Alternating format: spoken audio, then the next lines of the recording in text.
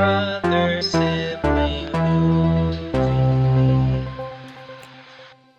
Welcome, friends and chosen family, to Brother Sibling Movie, a podcast featuring two siblings. That's us, the two of us, Mhm. talking about movies we love from our childhood and discovering some new films for the very first time, centered around a different theme every season. This season, we're diving into 90s science fiction and fantasy films, the ones from our youth that made us fall in love with fairies and spaceships alike. I'm your brother, Evan Kerna. You're my brother, Evan Kerna, and I'm your sibling, Mare Morgan. You are my sibling, Mayor Morgan. And this week's movie is A Midsummer Night's Dream, the 1999 retelling of the William Shakespeare classic. Yes, Mayor, what did you think about this movie? I'm so excited to talk about this film. Not only because I'm a huge classics and literature nerd and Mhm. I That love you are. Shakespeare, I also love the theater The and theater of the mind and of the stage. the mind and the stage. And I also particularly love this adaptation of it. We'll get way more into that. We'll get so in the weeds. You'll be like, Mayor, please shut up and stop talking about this. But this It'll be the deepest adaptation, of deep dives. oh, the deepest of deep dives. We'll go spelunking into Shakespeare, darling. We love that. And yes, we love that. And this is my still probably one of my favorite Shakespeare plays because it has fairies in it, and I fucking love fairies so much. Um, Mare was drawing fairies on everything you could mark on with a pen as a child. it's I true. remember there's actually in our mother's store, maybe still to this day, I There believe there's a are. progression of fairy drawings that you did over many years, and you can see them get more intricate and detailed, but it's the same It fairy, the same kind of like, sort of like front profile, like fairy. It's just, but it's great because the fairy keeps getting more with more and more details, and the wings yeah, get more interesting, it and the hair gets flowier, and it's fun to look it's at. it's like when I'm, like, 5, when I'm 8, when I'm, like, Mhm. 14, when I'm, like, 20, I did fairy drawings. What Um got you into fairies in the first place? I mean, besides that you are one. I don't actually I don't genuinely don't know. It's something that's so innate It's to like me and Sonic the Hedgehog, right? Like, I don't yeah, understand why I love Sonic the Hedgehog, like, I just do. He's fast, I don't know what else to say about it. there's fast, he's rings, he has great shoes, done. Like What are you gonna do? fairies, Mhm. I'm like, they have wings, they like flowers, they're outside, they're magical. That like what's not to love? Um, Yeah. They get to run around barefoot. I mean, I don't think there is even such a thing as fairy shoes, and you were also not very big on shoes as a child. You're uh, probably not big on shoes now, but we're an adult and we have to tolerate things. so like now my friends, Sarah and Derek, hi, shout out. What up, Um, Sarah and Derek? they have made a rule that every time I go outside, I have to put shoes on, which I think is insane because it's like, Who do you think you're talking to? well, right, because like this one time like one time or like five or whatever, how many times it happened, I like had a tool in my hand and I was just like doing shit in my yard. And then I would like drop said tool on my foot and then injure my foot because I wasn't wearing shoes. And so they made the rule of like, Mayor has to wear shoes. And I was like, that is stupid. You gotta wear shoes to the job site, Mayor. This is I just know. I shop know. 101. I know. I'm very unsafe. But that being said, I don't like wearing shoes to this day, Yes, and indeed. fairies wear shoes. So, I love fairies. As a child, I loved being outside. I loved reading fairy stories. I liked the aesthetic of fairies, all of that. So that's kind of like my connection to this film. Obviously, as I Mm. got older into like high school and college as adulthood, I've seen various productions of A Midsummer Night's Dream. I've read it a few times. I mean, Um, it's a favorite, right? I mean, it's a favorite.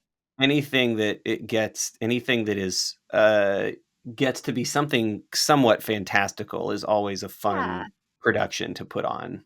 Well, and also, importantly, you and I have both acted in this play.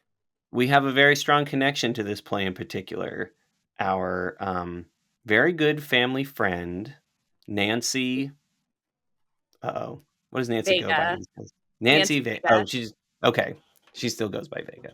Oh, yeah. Nancy Vega um, thought it would be fun over the course of some summers when we were preteens and teenagers to start doing some Shakespeare plays. Well, talk a little bit about Nancy. She's an Well, English teacher at the local junior Nancy college. Nancy is one of the most delightful people you'll ever have the privilege of meeting, Yeah, and she's a beauty. sh she's a beauty. She is, an English professor at a college, a few Yeah, colleges, a few and calls. she always loves Shakespeare, and she really, um this was probably when, I don't know, we were 10, and from the ages of me being, 13. like, 10 to 13 and you being, like, 13 to 16, more or Yeah, that less. sounds right. So Mhm. very early, very, very early 2000s, Yeah. and she just really had always wanted to put on Shakespeare plays, and her friend, her very good friend, had the perfect, like, back deck to do such The a thing. Sweenies. The Yeah. Sweeneys, her other friend, who is our mother, owns a costume shop. It was sort of the perfect thing, and It Nancy was is the so perfect storm, a tempest, if you will. a tempest, if you will, which is another play that we did. Um, Mhm. Yeah, but we I did would Twelfth Night, Midsummer Night's Dream, and The Tempest. Not in that yes. order. Was Midsummer Nights the last one we did? It was. So the first one that we did was, Twelfth Night, and then we Yeah. did Tempest, and then we did Midsummer Night's Dream last. Yeah. And, uh, I think Nancy is such a delightfully charismatic, and enthusiastic person that Leader. leader that people were just like, "Sure, Nancy, we love you. We'll do this." Who amongst us are professional actors? Absolutely 0 of None us. of us. None A of us. 0. 0 of us are Which I think was professionals. which I think is sort of was, illustrated by our troupe name. We were the seat of our Oh, pants players, and it felt like that most of the time. most of the time, because this is also, like, this is a when we were doing these productions, it was people that were, like, from the kids, right? So 10, 11, 12-year-olds up to our, like, parents, so they were in their 40s and 50s at that 40s time, and and 50, kind of yeah. everybody in between. So it was, It was very it was funny to have, yeah, that generational divide. There was it was no so one funny. in their 20s or 30s. It No. was teenagers and middle-aged people playing everybody. It But was that's so the spirit of Shakespeare, right? Like, you have who yes, you have, and you make the play happen. and you make it work, and Nancy was a great director, and Yeah, she just was, in her element, I would say. She was absolutely in her element, and so absolutely. I don't quite remember who I played. I think I may have played Hermia, maybe Helen, I don't know, one of the young kids, but Evan played Puck, and let So, me tell you, yes. it was a bit of genius casting. Thank you, Nancy. Well, honestly, I will let the cat out of the bag. I requested Puck. Oh, you Um did? I didn't realize that. I requested Puck because I was, at 16, I was sick and tired of playing the young prince after 2 summer plays. I was like, "Nancy, why do you always cast me as the young heartthrob? I'm sick of it. I'm sick of being attractive. I'm sick of being fanciful. I'm sick of being the apple Oh of my everyone's god. eye. I wanna be a crazy, weird spirit creature." And Um, she was and like, "Well, okay, Evan, go and for it." may I just say, if you need no further introduction to my brother than that little rampage, that's it. That's his whole personality. Everyone wants me to be the attractive guy who everyone likes, who's sweet and nice and the prince, and I'm like, "No, I'm a demon inside, rah!" Yeah, I mean, that's how I know you. Um, Right. I think you do have the rest of the world This is what siblings are fooled. good for. They know the real you on the inside. Yeah, you're a demon, like, goblin person wearing a human suit that people seem to Mhm. like, and you have everybody fooled that you're, like, a super sweet, charming, nice person, which is, like, absolutely false. Mhm. No, It's it's all not. a front, You're everybody. I'm sorry. you're quite delightful, but our mom actually made the Puck costume, which was, like, the Yes. um, goat Yeah, we pants. had a really cool goat leg situation.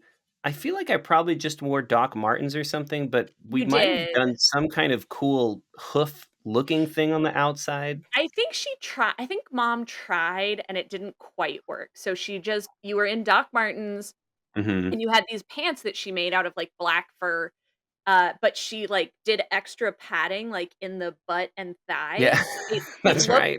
it looked more like a goat, and then you had these little, like, almost like flesh-colored little horns that were, like, kind of Yeah, yeah. nestled We did the in your bronze we curls. did we did the classic spirit gum Oh, attachment. It yes. was my first, work with prosthetics, and, yeah, I wanna do more of it. It was me stepping into my Doug Jones era as much Yes. as I could. Basically, what I'm saying is Evan is not only, a great art director and a great director and knows how to do editing and all these things. Let me tell you something, Hollywood, highly castable, Thank highly you. castable.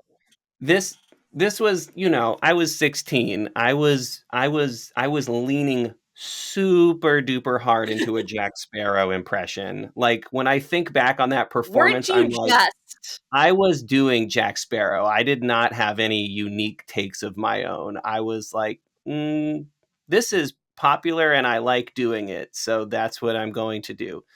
I'm sure I brought a little of my own flavor, but that was basically what Well, I and did. I mean, you were 16 at the time, and also you were just like, "Yeah, baby, I'll run around like a lunatic in front of all these people without a shirt on." Like, you Oh, didn't yeah, I had just gotten this mane on my chest, and I was like, "I gotta show this baby off, I would yeah." also if no one can see the video, Evan just pulled his shirt down. He's wearing just a regular t-shirt, pulled it down, and there is a hard cut line that is 100% man-made because Evan Kerna, ladies and gentlemen, has It a would keep going all the way up the neck if I let he it. he has a body beard from his cheekbones to his toes, just hair. I don't know how it happened. Even our whole family is confused, but it was There's perfect for Puck. It was perfect there for is Puck. no happy trail, it's a happy forest. I don't wanna think about my brother having a happy forest. Oh, I hate that so Sorry. bad. Abort, Oh, abort! abort! No, no, cancel. Oh my god. Uh, Okay. but the seat Well, of our pants players were great, and yeah, I loved I our loved it. interpretation of Midsummer Night's Dream. I So did that too, being and you know said, what, yes. Nancy, thank you so much for casting all of us, thank you for getting all of us together. I know you're never gonna listen to this, but you're a You delightful know human you don't know being. that. Well, All and kinds of people are listening to this P-cast. our I know that our mother has the ability to find said podcast on her phone and then do Mhm, the same thing on Nancy's phone. exactly.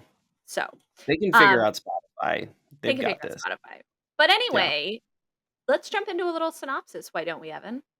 Yes, okay, so, now remember this is the 1999 film version of A Midsummer Night's Dream, directed by Michael Hoffman, which is an adaptation, obviously, of William Shakespeare's famous romantic comedy.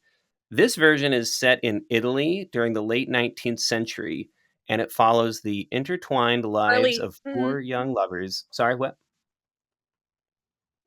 Hmm? early 19th century, early 20th century. Yeah, do you think it's the late 19th or the early they're not Um, really specific, but it could be anywhere, honestly. they've got bicycles, Some people are still Okay, on horses and shit. based on the costumes, I would say it's probably between 1890 and, like, 1905. Sorry. Oh my god. Actually, Hi. Hi, everybody. If you want a preview of what the rest of this fucking episode is gonna be like, it's gonna be me being a huge nerd about costume history, literature, stagecraft, etcetera. So if you don't in like, another in another my life, pedantic both takes. our mother and Meredith are just, period costume historians, docents at the local Bitch, in LACMA. this life. You, In this you should life, be. You should both just start a museum together and fight all we the would time, and then we fuck can film it and turn it into a sitcom about a mother and their child running a costume museum. That's a weird pitch, but you know what? I'm I was sticking gonna to it. say, I was like, "You know what? We would actually, like" the 3rd season would just be me, like, covering up the crime of accidentally murdering our mother because I was like, "Shut Right. up!" Or or vice versa. Yeah. You know That's what? how I know I think it's like a double Rashomon where you both kill each other, but then both of your ghosts come back to tell on the other one. I love that. Okay, sorry. Keep going with the synopsis. So sorry. Um, right, A Midsummer Night's Dream. So, the movie follows the intertwined lives of four young lovers, a group of amateur actors, and the magical beings of an enchanted forest. We're basically watching four young people in what you could call a love square, dealing with their young hormones and things like that. The troupe of actors who are tradesmen in the town, and they are trying to put on a play for the Duke. Um, and then, of course, there is Tatiana and Oberon, the king and queen of fairies, who are having a bit of a lover's quarrel. And because they're fairies and magical and better than humans, they inevitably end up wrapping themselves up in the foibles of humans because it's fun to them. Um, in this movie, Michelle Pfeiffer plays sorry, Titania. I said Tatiana earlier. My bad. The Queen of the Fairies, who becomes the victim of a mischievous love spell cast by Oberon, the Fairy King, her husband, played by Rupert Everett. Looking like a snack, right? Ooh. He let Mean. me tell you, do you wanna see shirtless people covered in gold glitter dust? Do I have a Mm-hmm. film for you? Woo! That's what this movie Woo! does. Oh my god. uh, Also, Kevin Kline, my hero, stars as Nick. Everyone's hero. Everyone's hero. A Fish Called Wanda? Come on. Come on. Um, Stars as Nick Bottom, a bumbling actor who gets caught up in the fairies' antics and is temporarily transformed into an ass by the mischievous sprite Puck, who in this movie is played by Stanley Tucci. Um, Brilliant. yeah, Brilliant casting. Thank you. yeah, um, yeah. That's the movie. You got fairies, you got actors, you got lovers, And and it after they all kind of they all kind of come together in the end. The players put on a play for the lovers, and it's very cute and charming. It's just and, like, all the obviously a charming thing about the foibles of romantic love. yeah, and all the lovers end up with the right people in vaguely to extremely problematic ways. Um, the It's Shakespeare. It couldn't get everything right by it's today's Shakespeare. standards. Look. So yeah, it's, the everything ends well, the lovers kind of all end up together, the Duke and his wife get married, and the Titania and Oberon end up together, and Nick Bottom is, ends up not being permanently cursed to be an ass, etc. But there's just many I foibles, love how there's just I love how they make that tiny, tiny little subplot about how Nick Bottom is just sort of not happy at all at home. He's He he is comes home with his beautiful white suit covered in wine, and his wife is just like, "This motherfucker! I fucking swear to God, if he's gonna keep trying to do this fucking acting thing, I'm gonna divorce his ass." And he's just like, she so sad. Mm. And his then wife his one night with the Queen of Fairies, he will remember for the rest of his life. Because the rest of his life, I'm sorry, it's just downhill from here. it's he is trying he so in our Matrix episode, we talked briefly about don't walk around with main character energy. Nick Bottom walks around his life with main character energy, and his wife is like, "Look, dude, main character energy is not paying the fucking bills, and you need to get your Yeah, shit together." And he's like, "But the stage!" Yeah, Nick And it's Bottom wants to be Nick Top, but there's a reason. oh my god, wait, where's my that's the pun alarm if anybody wants to know. Um yeah, so that's Call the look, punbulance. guys, this is a Shakespeare play. Yes, the pun putting you in the penitentiary. That one's much better. You. So, look, guys, I'm sure you've all read this in high school. Maybe you saw a production of it one time. Um, but it's a Shakespeare play. We're pretty aware. There's like capers and jokes and japes and things and great writing. The kind of first thing that I wanted to talk about in relation to this film, Hmm. I wanted to talk a little bit about the adaptation Hmm. and the setting and all of those things. Is that I Yeah, know Mare is the expert in this arena. They are the fairy expert. They are the Shakespeare expert. I am the bumbling comic relief, much like Puck. So I think we are well cast in this theater of the mind, and the theater of the podcast. the theater of the cast, Yes. the P So cast. the PCast? Like how Yeah, much you're that's what gonna all the pee cool kids are today? calling them these days. Because you can't say whole words. I never did in college. I was like IV, UCSB, G Lita, LA, PC, which is short for podcast now. I think you maybe were just too drunk to form sentences in college. That is Um, also true. that is also accurate. So, all right. So, have been accused at times of being an extremely pedantic person. I apologize. However, I What? want to You? Never. first A of all define know-it-all, yourself. maybe. Pedantic? Never. I know this is a running theme in our family of like Mare is a know-it-all and goes on these random tangents of just like craziness. And then, wow, fun fact, was just recently diagnosed with ADHD and there's a thing called info Good. dumping. Thank God. I was wondering when it was going to happen. It was happened and I am getting medication next week. So maybe next week's episode is going to be like super salient, no random tangents, whatever. Anyway, doesn't matter. It It's does. beautiful. It doesn't, I'm but it very does. happy for you. Okay. So if that explains anything about the way that these conversations go, listener. Anyway, so I wanted to talk about the ethos of Shakespeare plays, and one of the reasons that they are so easy, not easy, but like they are so prone to these many different adaptations and different variations. We grew up in the time of the Leo Claire Danes, Romeo and Juliet in the mean streets of Los Angeles.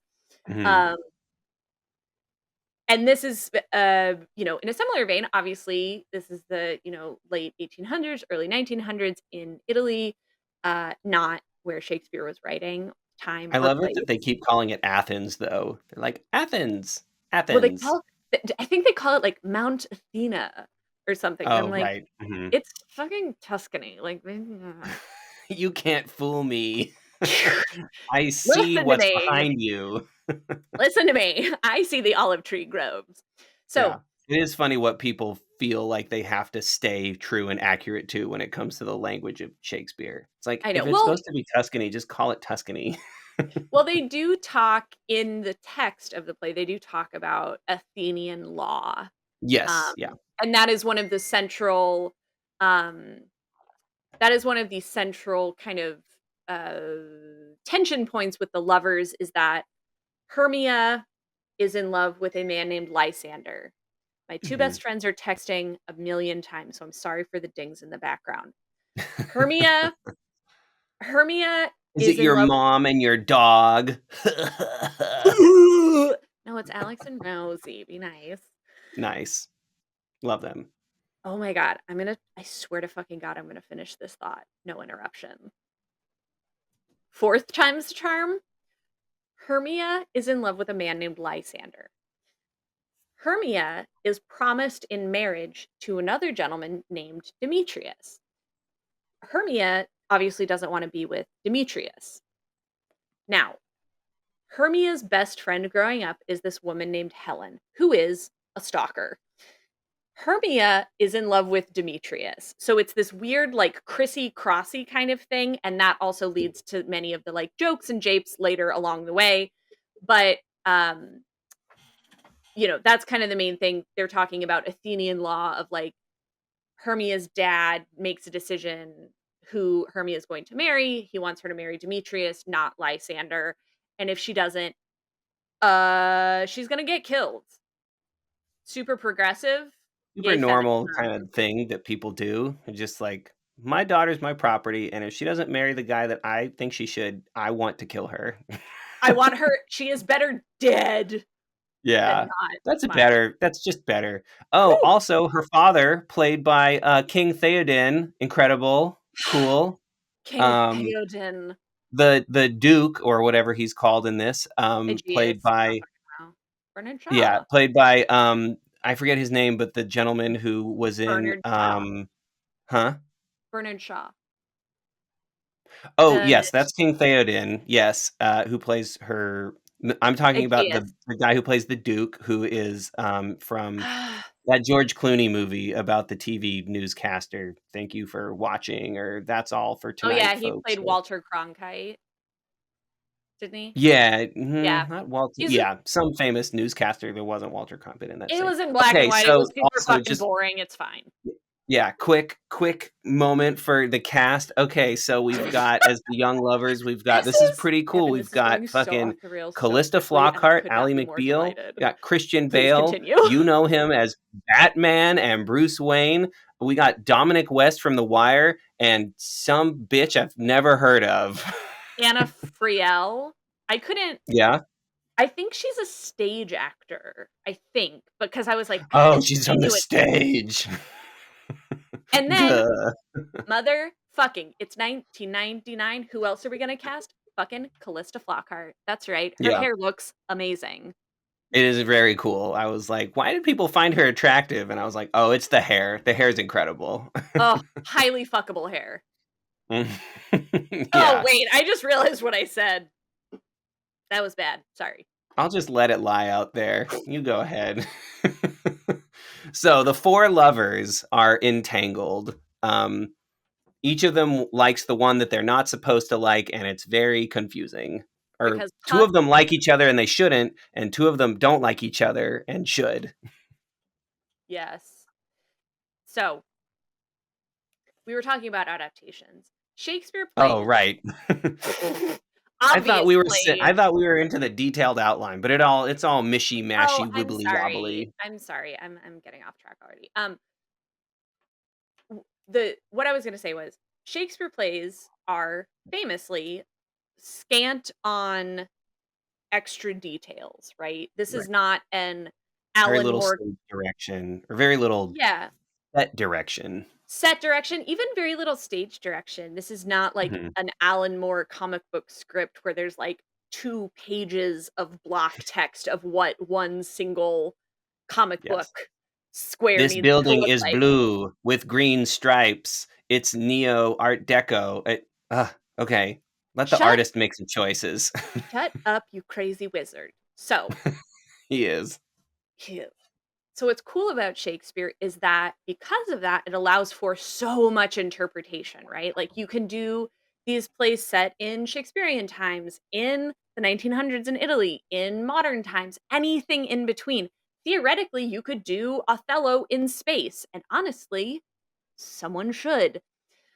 It's We actually we made when I first moved out to LA, we made a pilot for the thing that Dan Harmon and Rob Schraub still do to this day, Channel 101, which is famous for being the thing that Lonely Island got their start yes. doing out here in LA.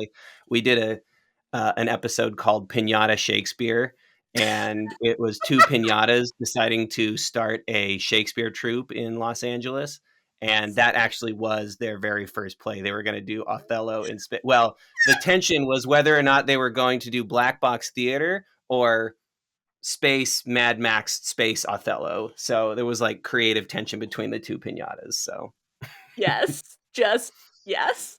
Um, but it's really cool because what you can do then is you can kind of manipulate the actual text to fit the setting that you have decided on or the art direction that you have decided on, and you get to have, as a director, as an actor, as a production designer, costume designer, etc., you get to have a lot of freedom and fun with it. And this whole setting leans very hard into, it's the early 19, or sorry, oh my god, now I'm confused about centuries and how they work. It's around the year 1900 for it's the fuck's sake. 1900s.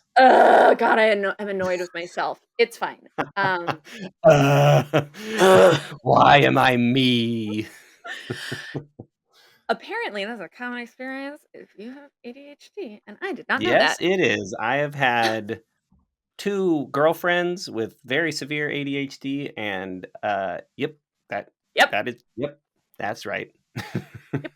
So, so yeah, it's just that the words of the play itself stand on their own merit, and then it is up Mhm. to the playhouse or director or whatever to give it life around the words, to flesh out that that setting and that scene. And I saw a production of King Lear many years ago in where was I? I was in Vancouver. I saw a production of King Lear, and I think there were maybe like 3 props in the whole play, and everybody was wearing t-shirt and jeans, and it was an incredibly moving and beautiful performance. There you And go. I've seen stuff on we've Evan and I, when we were young, had the privilege of going to England and seeing the Royal Shakespeare Company perform Oh a, like, yeah, that's true. balls to the wall, amazing Shakespeare play. So it's everything in between, Yeah. right? And let's not forget the local Santa Rosa Junior College Theater that we Absolutely. frequented and saw many Shakespeare plays at, as well as the Luther Summer Burbank Center for the Summer Arts. repertory. Summer repertory Summer theater Repertoire. at Santa Rosa Junior College is fantastic. It's a great I know. program. They had a Um, really great run when we were like in our in when we our were young, K through like high 8, schoolish. not high Yeah. schoolish years, yeah. Yeah, I mean, they brought people, the whole thing with a repertory theater is they bring people from all over the country that are Mhm. professionals and have Yeah. them come into, sorry, okay, blah. It's unimportant, Mayor. Focus on your shit. We're doing a synopsis. I'm so sorry. I'm Our first so episode is 3 hours long. Talk about whatever you want to. No, I I'm just kidding. We should just try to get it down to, like, a normal podcast I know we size should be normal. eventually. We should be normal, but also, like, I'm just so excited to talk about this, and I wanna talk about everything. You So, should. It's great. So, yes, plays and the interpretation of language and the interpretation it's of sets and production design. it's very important, and this whole play is, there's some, things, like famously, 10 Things I Hate About You, which we will undoubtedly be doing in an upcoming season, High is, school rom-coms a high school rom-coms, you know or high school roms because it would be great to add Romeo plus Juliet onto that one. ooh, yeah. So anyway, but, like, What's the great line? He's like, "Do you bite your tongue at me or your thumb?" And then oh, he, yeah. "My dagger, sir!" Whoosh, he pulls out the giant fucking Like a Glocks. gas, yeah, I was like, "Oh my god." Incredible. I love that movie. But, you can have those things that are based on a Shakespeare play, like 10 Things I Hate About You. Mhm. And then you can have actual, plays, adaptations, where this film is all in Shakespearean text. It's in the boopity boo with the boppity da in the stanzas.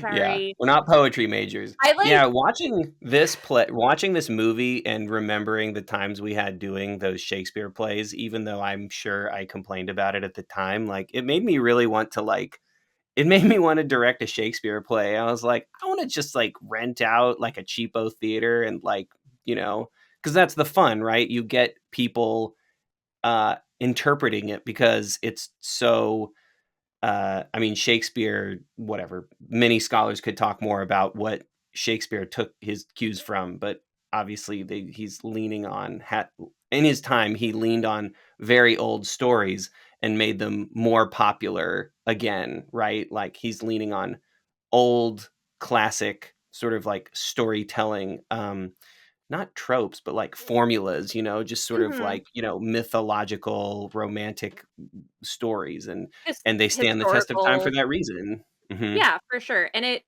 also helps too. I think it's really hard, if you're in high school or something and you're reading a Shakespeare play, it's really hard to always understand what the fuck is going on with that language in particular It's hard because for me now. When Titania showed up, I was following along pretty well for most of for the movie, and I was like, "Okay, like, I get what's happening. She got it, wants got it. him, he doesn't want him, but she wants him. The dad wants to kill her. They're gonna run off. Cool." And then Titania shows up. She's like, "I've got a little Indian boy, and on a flirt on a fortnight." And I was like, "I don't know what the hell she's Fuck. talking about." So lost. But Michelle Pfeiffer is so mother frigging hot. I was like, well, I don't care what she says. I'll just watch her incredible face do the acting thing. Michelle Pfeiffer can do whatever the fuck she wants. Um, Hmm. Much like the yeah, but it's Wachowskis. much like the Wachowskis. So, I think it's one of those things where inflection and visual representation of what's going on can help a modern viewer understand what the fuck is happening Totally. because, it is I don't know if you know this. Shakespeare's like a big deal or Dead. whatever. Evan, Is that not true? he lives in my heart every day. Ah, he lives on in your thoughts and feelings. 1,000 feelings. Um, The images you see aren't real, Meredith. no. Hallucinations. But yeah, so it's That's what the Xanax is for. they won't give me a prescription for Xanax because apparently it's like a fucking controlled substance or some shit. And I was like, but it makes the Uh, voices be quiet. US government. Fuck you Take all. it easy. Yeah. So it's great to be able to hear and see Shakespearean plays done because just reading them on the page, it takes a lot to parse through what the fuck they're talking about sometimes. And you can get those like Yeah. line by line copies of Shakespeare where they kind of have notes on, they have the actual text on one side of the page and notes on the other. I read like 5 of those in high school Mhm. for fun. For Yeah, you fun. did. I actually have a really I have a book. I don't have it with me, but I have a book that I actually got at a thrift store while we were hanging out with you in Richmond, Virginia. That's the Ah. complete William Shakespeare. It's all the plays in one it's like pretty thick, but it's Oh like a yeah, I remember but it's kind that. of it's almost like a paperback sized book. Um, but yeah, it's literally like the page is divided in half and all of Mhm. the lines are in like 9-point font and like going Fuck. down. So you like, yeah, you read like one column of text and then you jump to the next column and that's one page. And then you do the same on the next and there's no notes. It's just the original language, and it's really fun. And somebody has a note that our viewers will see when they watch the video. We're going to take a quick break. And when we come back, we're going to keep talking about A Midsummer Night's Dream. And we're going to get into all the fun stuff that happens in the forest and talk a little bit more about the costume and production design of this particular 1999 classic.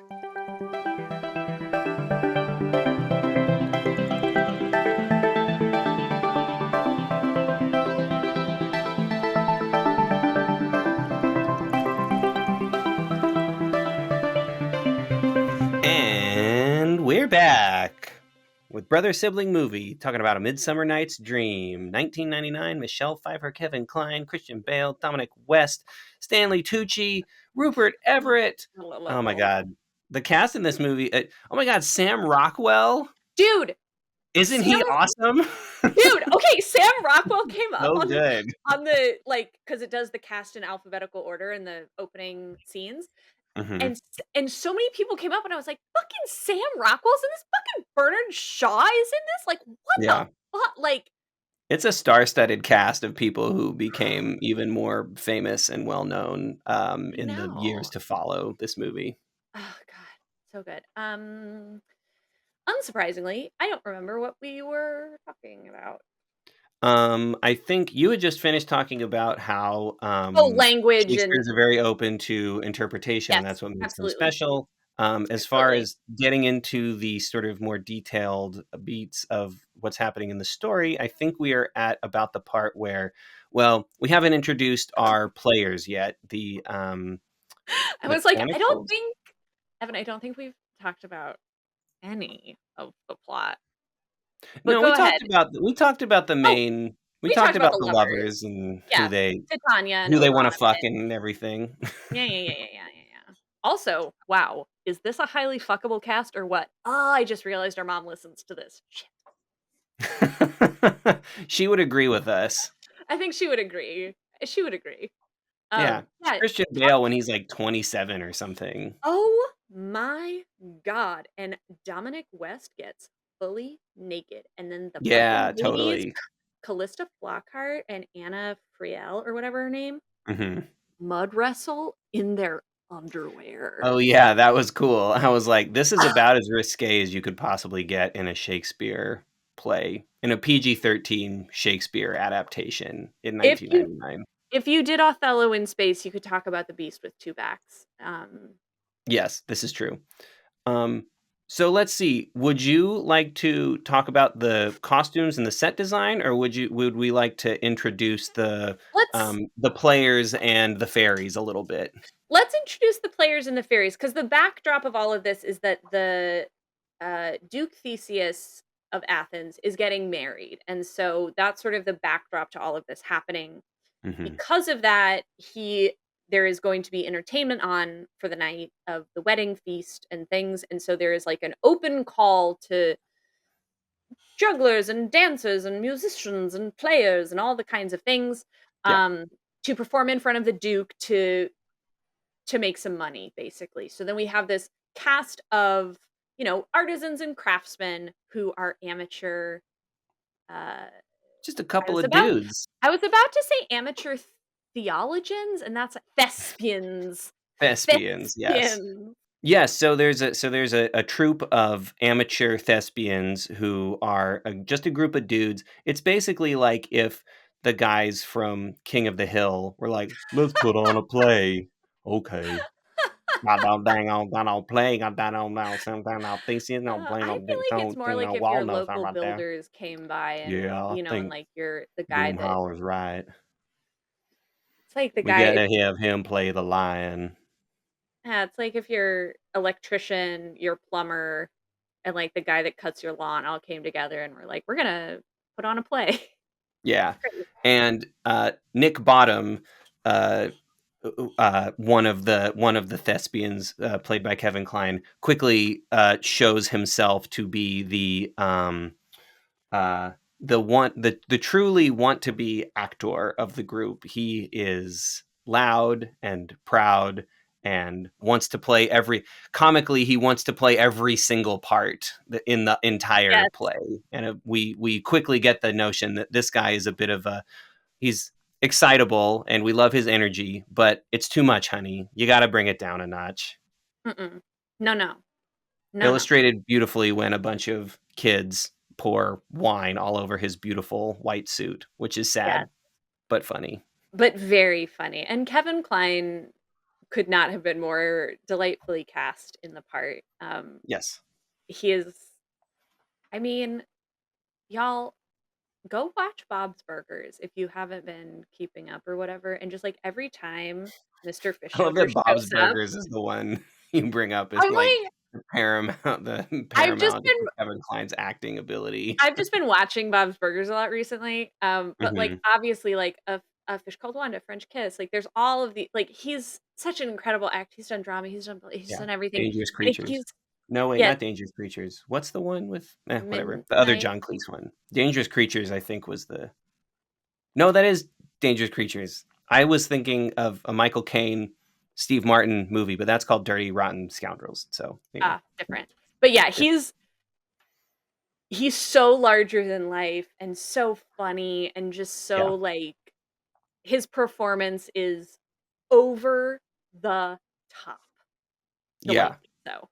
yeah. At one point in the throughout the '90s, he was one of the go-to sort of comedic actor people who I think people always wanted to bring on because he knew how to be big but rein it in the proper moments. I mean, he's a completely well-trained actor, but he just, I don't know, he just gravitated to those roles at that Yeah, moment in time, I guess. yeah. So Um, the huh? the players, The players. So essentially, the players decide that they are, they want to make their thing happen. They get their parts. We got a wall, the lady, played by Sam Rockwell, brilliantly later on, yes. a lion, etc. The director is a great actor too, Oh, and they Peter all decide that they Quince. need, yeah, and they all decide that they need to practice, but they need to be away from wandering eyes and things. So they decide that later that night they're going to go off into the forest outside of the town and practice in the middle of the forest as they run their lines and stuff. Meanwhile, there are fairies. Tell us Who about the fairies, Mare. Well, and so the setup basically is that, this is, like, kind of Oberon's forest, and Titania is visiting because she grants favor to the Duke, and because she grants favor to the Duke, she's there, like, kind of for his wedding to, like, bless their marriage beds, Hmm. because I don't know, she's, like, gonna give give 'em fairy lube or something, I don't know. So and they've had a bit of a lovers' quarrel because Oberon wants the Titania's ward to go into Yes, his service, but yes. Titania is like Titania has adopted a changeling boy from a the Far little East. yes, who is like, that's kind of their central thing of like, "I would like to have this child," and Titania says, "No, thank you, Oberon, I would like to keep this child," and then Oberon is like, "What if I neg you a bunch, and I'm a huge asshole, and Oberon's the then, like, worst. He's just fix like all a your crazy, problems, power the hungry problems that I've tyrant, bad created?" husband. He's not Um a good person, but he's not a person. He's a fairy. And my internet has gone out. Yes, it has. Okay, there we go. From It's 5 back again. from, like, 5:09 to 20. My internet's Hmm. out. Sorry. I'm gonna hope and pray that it just puts it all It into it one didn't stop video file. recording. It didn't stop Yeah. Okay. recording, so I think we're fine. Cool. So we'll Let's keep it back. moving. So, yeah, so they have, so Oberon is a huge neg Yeah. and is basically like, "Well, I want Titania to be back in my bed, and I want her to give me her, like, little changeling boy." Yeah. Because So I'm a big fairy man and I get everything I want. yeah, but also I'm like, Rupert Everett, who is, a confirmed bachelor, if you will, and is covered in glitter. Hmm. So Oberon basically was like, "Well, what I'm gonna do is I am going to use this, particular flower, the nectar of this particular flower, to enchant Titania and make her fall in love with the next being that she sees upon waking. And whether it's a bear or a dog or a beast or whatever, she'll fall in love with it. And then I will come in and be super cool and release her from the spell that I put her under. Hmm. And then she'll fall in love with me, which is what happens. But like Oberon, not cool, buddy. Not cool. Oh, and importantly, Puck is the sort of helper fairy. He's sort Yes. of in this play he plays the role of Oberon's right hand man in most ways, but Puck is a trickster god. He is the Randy Goat Boy.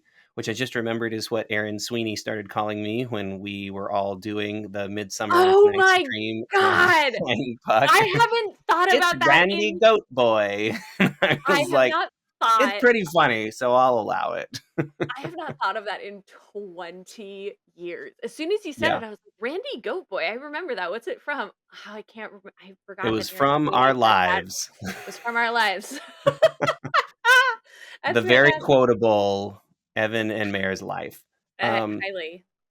but yeah, Puck is the mischievous servant, and he also serves as our audience surrogate, our introduction into the fairy world. We see him first, and we kind of we get a little dialogue from him and another fairy that sort of set the scene of like, we are fairies, we are sprites, we are satyrs, and everything, and we are about to see the king and queen of fairies enter the scene. So Puck becomes an Mhm. important person because he causes much mischief throughout the play. He does. Does a little does a little switch around with he makes Lysander fall in love with Helen instead of Hermia, which causes much hijinks and aforementioned mud wrestling. And then Oberon is like, "Dude, you did what? I'm I sorry, love the whom?" conceit that he puts the um, drops in get the names right. That Lysander. he gets he puts the serum, the whatever, the flower, the love juice in Lysander's eye and not Demetrius's eye because he's told that he's robed in Athenian garbs, and Yeah. like he's basically just like wearing a towel because he's naked, falling asleep because he just tried to He's fuck the girl that he wants to fuck he in the middle of the Lys night. And he's just, I'm just doing it. And he's like, oh, Athenian garb. He's got a toga. It's not a toga. It's just a big old bed it's sheet. it is it's not either of those things. It's Hermia's dress. Oh, that's right. Yeah. It's her because, like, Hermia is like, "I'm going to sleep over here, and you're going to sleep over there," as we're, like, running away together. Um, She's a very practical young lady. She she's very understands. she's very practical, she gets what's going on, and she's basically like, "Lysander, we are gonna fuck as much as you want as soon as we're married, but look, dude, we're not married yet, so, like, stop doing the, like, This is the early hi, 1900s, and you hello." could definitely just leave me high and dry with a little baby in the middle of the forest, and that ain't happening. Not on, her name's watch. Hermia. Hermia, Not yeah. on Hermia's But, watch. I mean, it's also fun because Dominic West then gets to make a very impassioned argument Lysander gets to make a very impassioned argument while fully naked of, like, "Come on, but, Come on. like, come on, come on." And Hermia's like, "No, no, no." But yeah, that's all like Lysander has her dress tied around his waist, and Puck is like, "Ha ha, I have found him." Um, Mhm. which inaccurate because yeah, like there's this whole thing where Helen is trying to be in love with Lysander and da da da whatever. Helen is like I said, she's a full on stalker. Um, Mhm. She's a little creepy. She's a little creepy, she's a little obsessed with Demetrius, I but yeah, saw so her at a party one time that I was, catering back in the day, and, she's married to, Harrison Ford, I do know and that. Harrison Ford looked like he did not want to be there. He was like, "I wanna go home and put on my comfy clothes and smoke a joint," I don't which I know if hope he there did. I don't know if there is a singular, Hollywood actor that I vibe that I, like, understand more than Harrison Ford. Every time I Just see him in an interview, I'm like, I "I get you, dude. I wouldn't wanna be dude, there either." every time I see him in an interview, I'm just like, "Bro, same. I also wanna be at home. I also wish I was drinking whiskey in silence." Like so yeah, So we've set up that Oberon is mad at Titania and he wants to trick her into falling in love with him. He's also like, hey, there's these crazy kids running around, and you know what? I want to help them too. So he orders Puck to put some stuff in their eyes. Now we begin mistaken identity time. yeah. Well, so, like, in a lot of Shakespeare plays, especially the comedies, in a lot of Shakespeare plays, you have, like, 2 to 3 to 4 to 5 different storylines weaving in and out throughout the plays, and they all cause, mistakes and hijinks. It's Yeah, the it's like a Seinfeld proverbial episode. oh my god, I was gonna say it's the proverbial Shakespearean comedy, but yeah, no, no, no, no, talk about Seinfeld. Uh, It's uh, just good storytelling. It's good, like, comedy writing in general to have all of those many different kind of pieces weaving in and out. totally. Uh, It's very satisfying to the audience to have you oh my god, I should know this word. What's the word? Dramatic irony when the audience mhm, knows a lot of things that the characters do not, and they yes. create comic hijinks. Yes, because so what we started talking about was the players, were the craftsmen and artisans who come in to be the Yeah. players, and Nick Bottom, uh, Oberon sees him when he kind of, like, runs off stage, quote, unquote, "off stage," dramatically, like, into a little glen, and he's Mhm. alone, away from his friends, and, Oberon says is like, "I'm going to enchant this stupid fucking human." This guy And right here, this guy, this fucking guy, he's done. is Let him done. go. Look, Let him have it. uh, He's an ass, make him an ass. make him an ass. I was like, "Ew, you're an ass." And I was like, hee-haw. Kevin Kline Uh, doing a mad good, braying impression, oh, braying laugh. so good. But so that Oberon transforms Nick Bottom into this, like, human donkey creature, who then Titania sees upon waking and falls in love with him because, again, Oberon is a huge nag and essentially has drugged his wife, Wife. question mark? Mhm. Unsure. Yeah. I So, love this moment because all the fairies are like, "The fuck? the fuck, babe? This guy looks crazy." But they're like, she's the Titania's the boss, like, whatever." Yeah, they're like, I mean, because only Titania is enchanted. All of her fairy court are like, "That one, though?" But, like, This guy, it's like when your "What?" friend gets a new boyfriend and you're like, Oh, "Him? boy. Her?" Uh, every not to, shit talk a whole group of people, but many mediocre men that my, friends and loved ones have dated, I'm like, "Huh, huh. Hey, you You know what? can't There's no put accounting for taste, and I'm not." there's no accounting for taste. No. So all of this sort of bit of the lovers get mixed up and all messed up by Puck, and then Oberon is doing his little hijinks, and so this is sort of the, like, merry-making, confusing middle bit of the Yes, Shakespeare exactly, comedy, yes, and all I of don't that feel like we together. have to get into all No, the it's all specifics. that. Just know that the lovers end up with the right people that are They make sense, do. more or They less. do. Well, the one person who loses out here in essence is basically Hermia. Basically, the only way that this works is if Hermia somehow falls in love with Demetrius, Well and she's the only one that the love juice has like a permanent effect on. So he's like, I just changed my mind due to magic. So now I like well, this and guy. well, well, Lysander and Hermia were the ones that ran away together, and then Demetrius and Helen. Demetrius doesn't like Helen, and then Right. he apparently has a permanent, like, falls in love with her for real.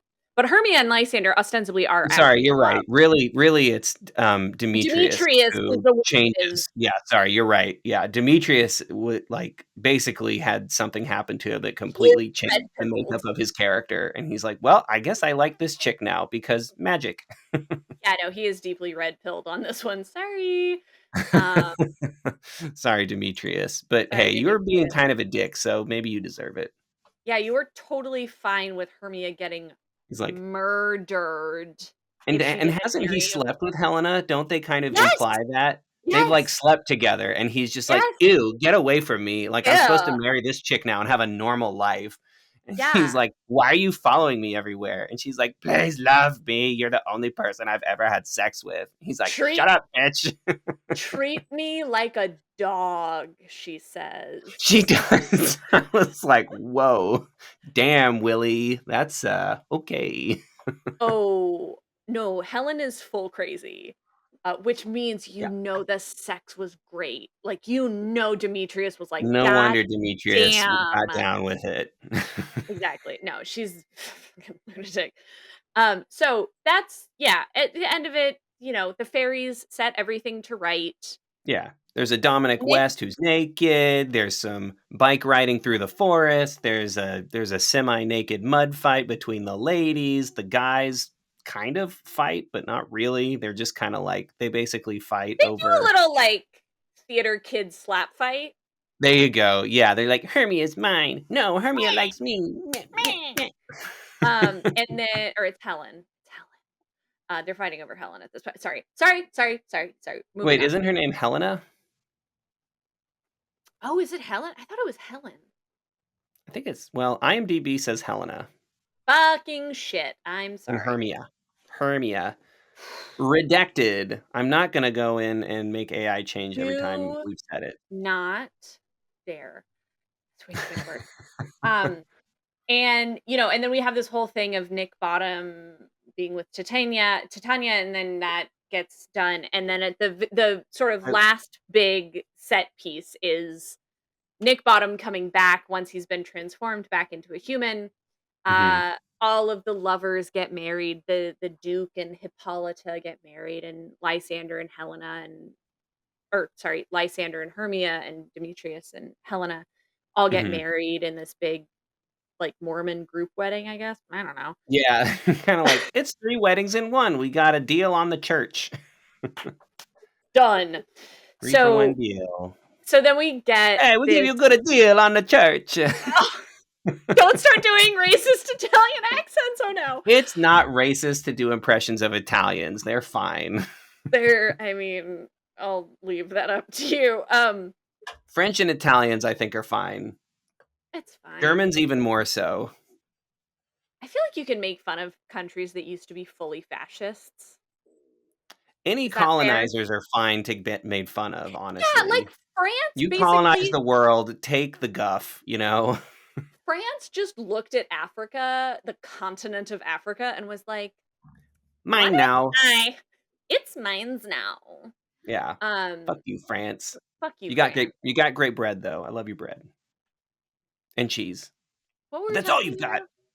What are we talking about? Sonoma County wine is superior. Huh, 707. Yeah! Represent 707, Ugh. Fuck you, France.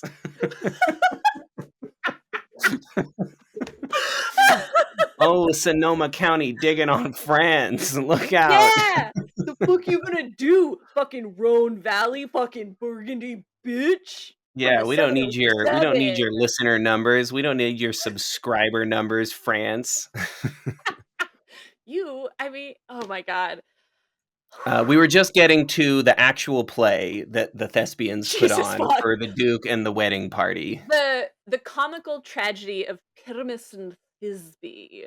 Yes, Um, Pyramus and Thisbe. Let me Pyramus and play Thisbe Thisbe. too. I'll do it with a lilting voice. And let me play the moon.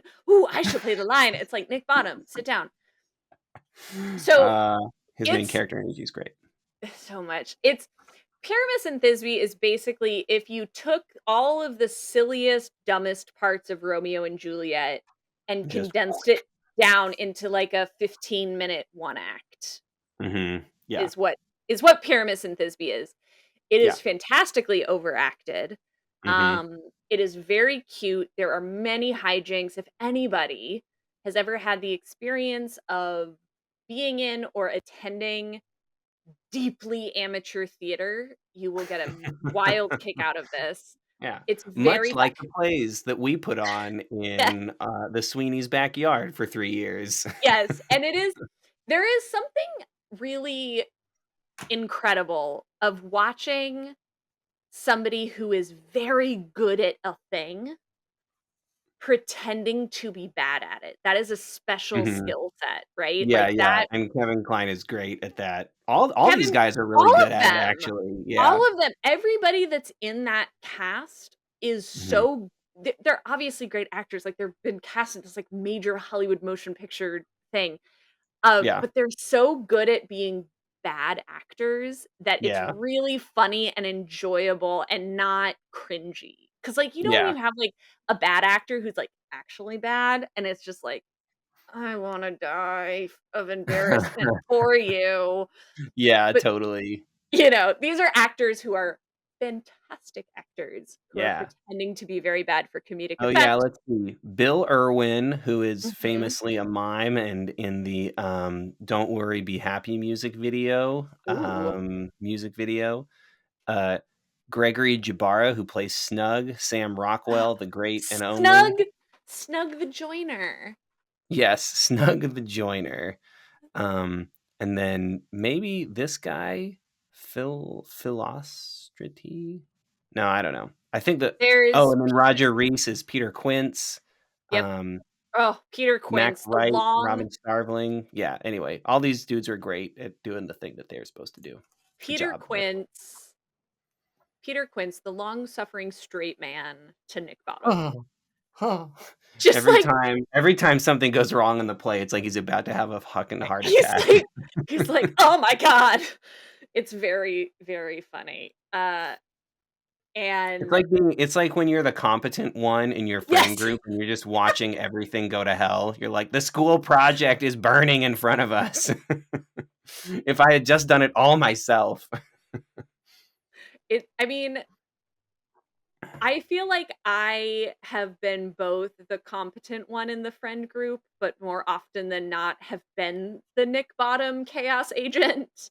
Totally. Yeah, no, you are equal parts I'm you equal are equal parts parts. Peter Quince and Nick Bottom. There are 2 wolves inside of me. One is Peter Quince, the other is Nick Bottom, and we Yeah, cannot put on a theatrical production. it's true. Um, and it's this But the very play s goes off great. it goes off great, and it goes off great. It's You can tell that there's kind of like, I love it anytime that there's plays in Shakespeare plays because you always can tell he's got such a soft spot for the players. I mean, he was a player himself in a yeah. lot of his plays, I assume, right? Yeah, he was an Um, actor as well as you a can tell writer. you can tell he's just got a love for the arts that comes off. It's like even when we're bumbling and being stupid, like this is the good stuff of life, and it's really Yeah. nice to see, you know, um, like if it was a producer writing this play, they'd be like, and the stupid actors did their shitty thing and they sucked and And they were died. dumb idiots, and I hated working with them. I But want this was like AI actors. they screwed it up, but they were charming and everybody liked it in the end, even though all their cues were wrong and they talked to the audience and they did the wrong thing. But they Yeah. also have their moments of triumph, like especially when Sam Rockwell's character kind Oh, of like stops doing the lilting girl voice and kind of just gets serious for the death scene and everybody's like, "Oh shit." oh He's shit, you like, might be a really good actor, Sam "Doing it for Rockwell real." slash Yeah, that was really Thisbe. touching. It was Mhm. very touching. And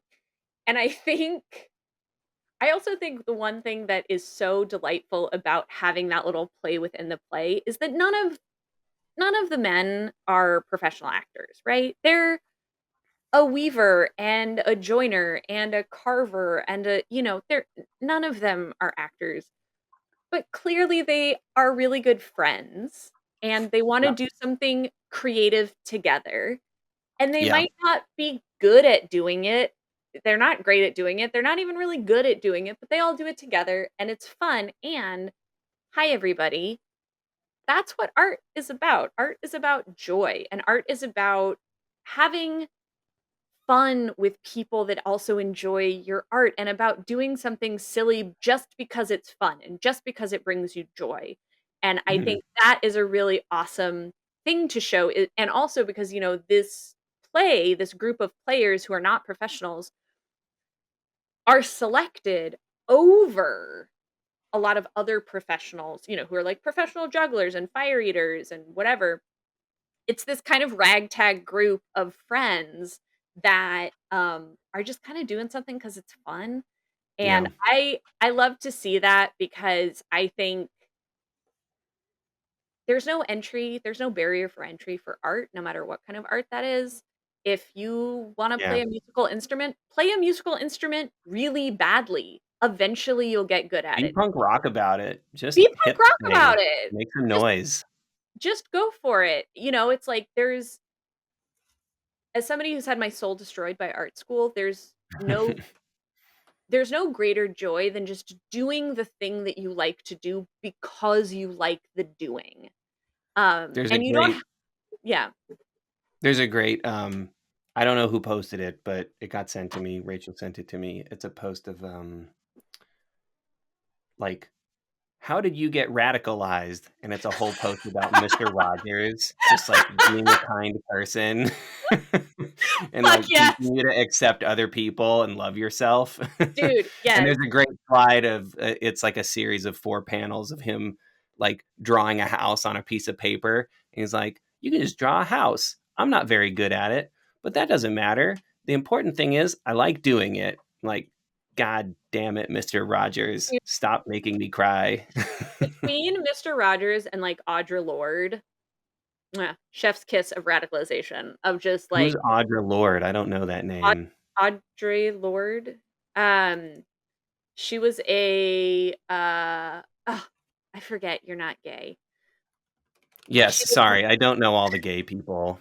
she was, oh gosh, when was she writing? Like, 70s, 80s? Audre Lorde was an American writer, professor, philosopher, intersectional feminist, poet, and civil rights activist.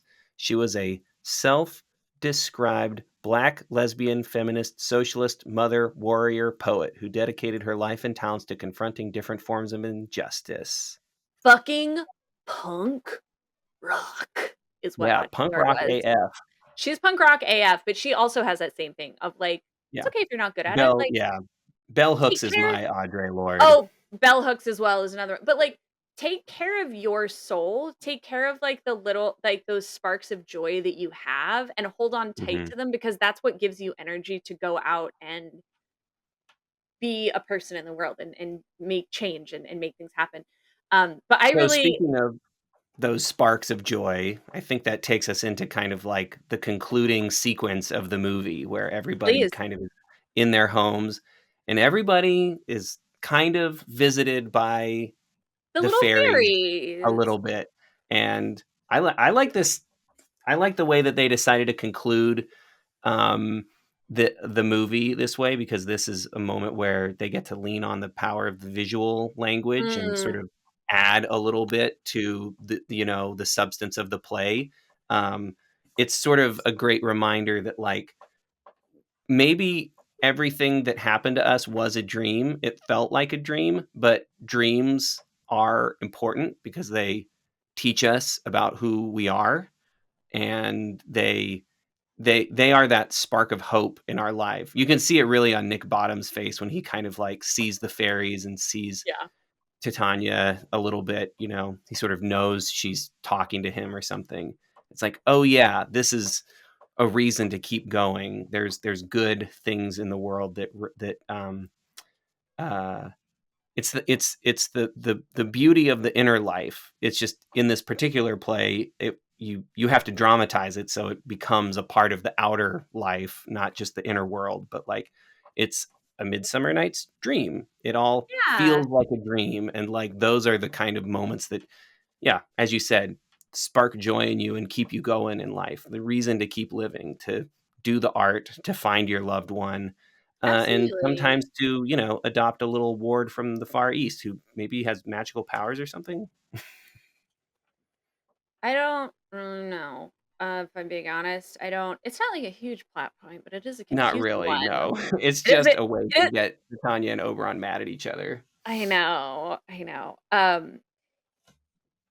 Yeah, so it's, you know, shocker, there's people that are experts on Shakespeare and experts on all of these things, so please go listen to them. But Yeah, this totally. But but that's this a is like Midsummer Night's Dream. but That's a that's A Midsummer Night's great Dream. retelling. It's a comedy of errors, Shakespearean comedy, very silly, many hijinks ensue, etc. Yes. Um, so Do you want to stop here and start a new recording, and we can, now that we've sort of finished with the outline, the yeah, yeah, yeah, details, and we can get into costumes, yeah. Let's setting, go. a few other things like that. We will take another short break. That has been our deep dive into the story of A Midsummer Night's Dream. When we come back, we're going to get into talking about the costumes and set design, production design, and the great ways that this movie got reinterpreted for the 1999 silver screen. I feel like it was less of a deep dive and more of like a stone skipping over many topics lightly, but that's fine. I loved it. That's pretty good. I mean, That's this is just podcast language. Just call it a dude, deep dive for the dude. marketing If campaign. I feel like if you and I ever have a straightforward conversation about anything, oh wait, no, that's never happened. Continue. That's why the podcast format is our friend. Is our friend. All right, y'all. See you after the break. Doobly doobly doo doo doo ba doo boo. Hey, cha cha cha.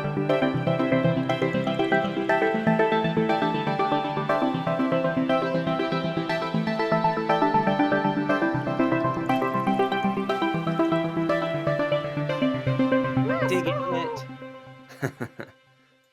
So that was A Midsummer Night's Dream. I think we both really enjoyed going back down memory lane and Oh yeah. recalling how this got adapted. Let's talk a little bit about this specific adaptation Oh my and some of the god. parts that you really like about the historical Okay. costuming, maybe, All and right. the production design. This is the point at which it becomes Mare's podcast, and they get to talk about all of the things that they love. Um, so Hasn't it always been Mare's podcast? it's my world, and you are living in it, even though I'm your younger sibling. I don't know how that works. You figure it out. So, you know, some people just have a easygoing, sort of ambling, sort of enjoyable way of going oh through life, yeah. and some people are Meredith Morgan. Uh, People are like dropping a glitter bomb into a beige existence. Hello, hi, it's me. Ka-cha, motherfuckers! some people are equal parts ninja, um, Rohirrim, and glam rock fairy, and that's you. And that's me. But I'm also very boring and like doing puzzles and baking bread. So let's Don't talk forget about taking care of plants. literally no one would ever forget that. I'm so sorry I did. Okay, so essentially, this film, there the two words that I kept coming back to were lovely and charming.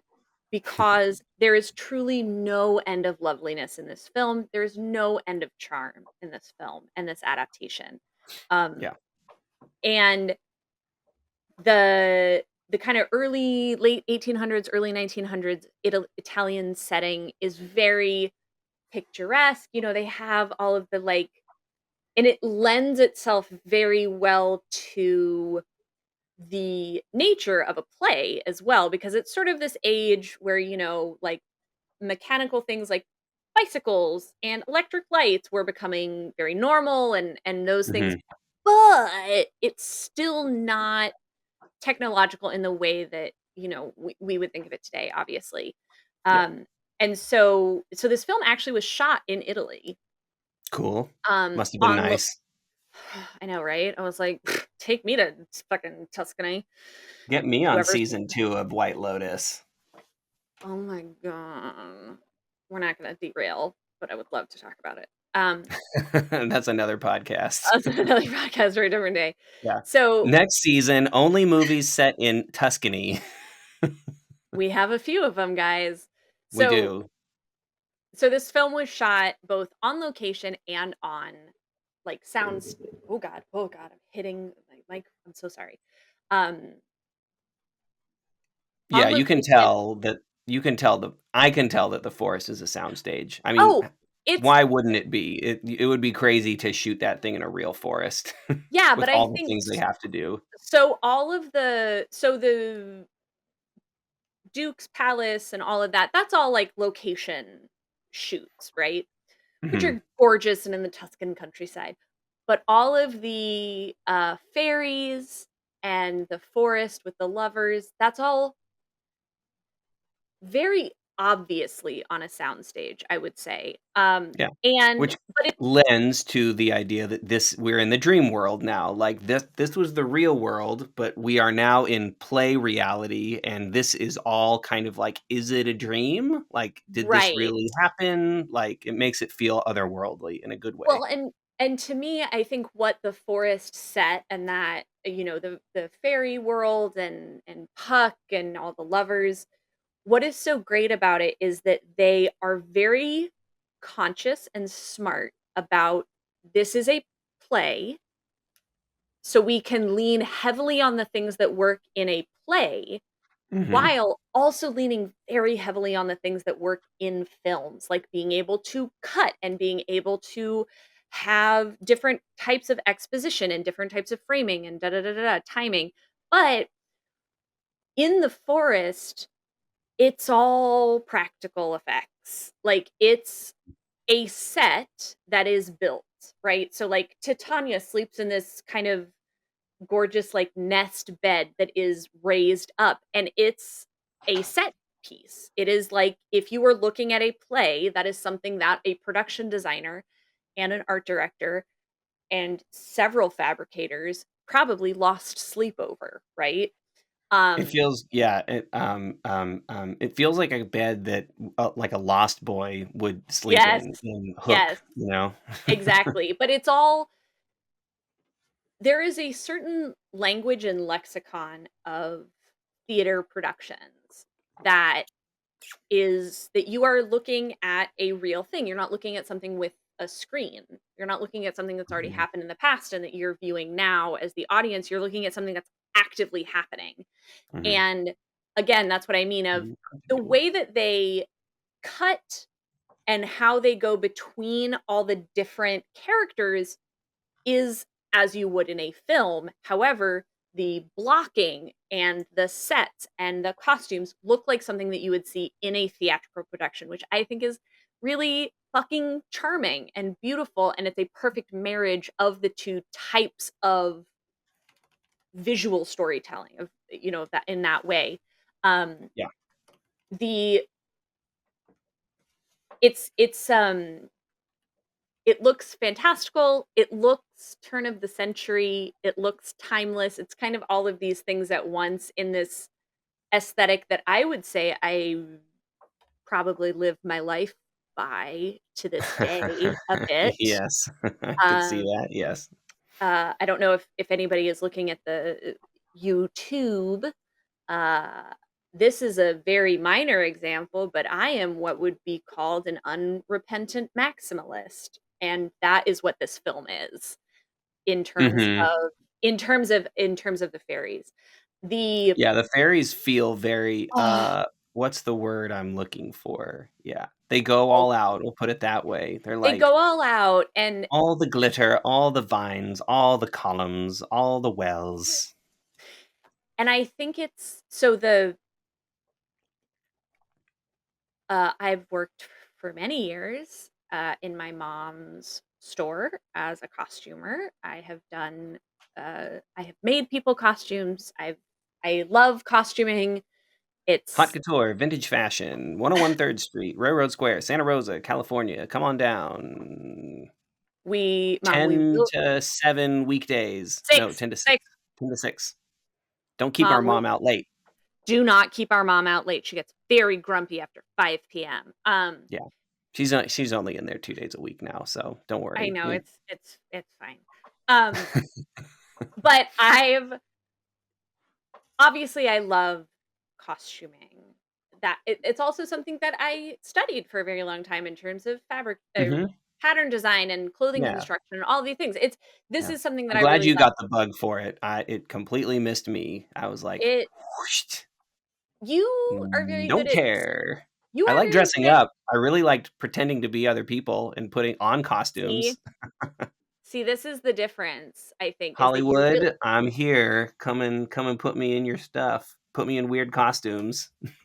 I think the problem, Evan, with you and I both is that we probably should have just been actors and our lives got Meredith and I used to play a game when we were children where we Oh, would no. stand each other in front of a mirror in our mom's store, and we would dress each other in Oh, yeah. continuously escalating crazy costumes.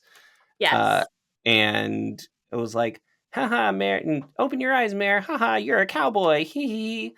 Um, And then it would be, like, act out the character that we were. oh yeah, uh-huh. I Yeah. do, and I remember probably the one of those moments.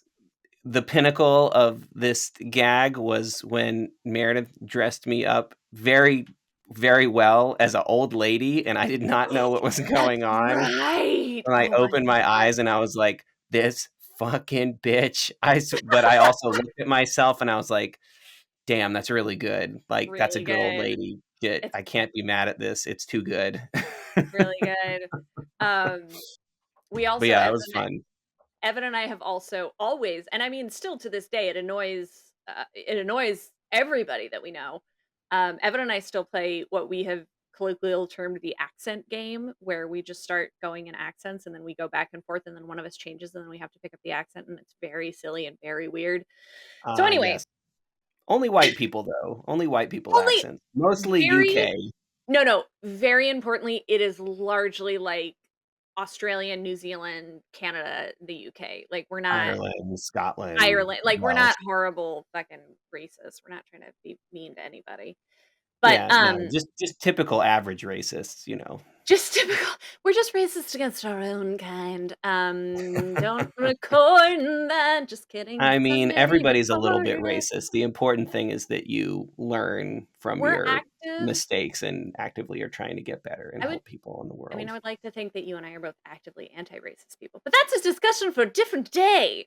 Yes, this is Midsummer Night's Dream, pinnacle of Western white Pinnacle European of society. Western society, and see, we just started doing it, we just started doing it. There you Um go, yeah. Can't the train can't be stopped. So, so all of that is to say, I love costuming. You do, And what I love and you're very about good at it. Oh, thank you.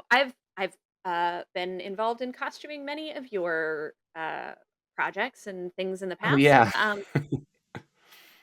Believe it or not, that was the like mom would get a text from me. It was like, I'm shooting a music video this weekend. I need blah blah blah. And then mom would just give me her phone and would be like, find all of this, make it happen. And then I would get on the phone with you and be like, what do you actually need? Like, just tell me what Yeah, you need. I don't understand. Like, what is the vibe? Okay, got it. Hang on. And then I would like get a box together and ship it to you. Anyway, yeah, we've had a fun life. good times. Good times. So I love costuming very much. And one of the things that I really love about costuming is the intense artistry that goes into it. Obviously, set design, fabrication, all of these things are craftsman based skills that you have to have a real, passion and dedication to. My particular interest and passion is costumes. And because of that, I loved I mean the period costuming is fantastic, right? Like Mhm. no notes, 10 out of 10, it's great. Where I really come down to are the fairies and the fairy costumes because in old school like British Isles lore, fairies and pixies and gnomes and brownies and all of those sort of hobs and whatever else. Traditionally, they are, garbed in rose petals and leaves and they make their own clothing and they look very, like homespun. Think of any kind of traditional depiction of a fairy you've seen. The Mhm. fairies in this are so charmingly Victorian while at the same time being so homemade. Like the fairy, there's this one scene of a fairy that's like bringing something to Nick Bottom and she's like a little snail fairy.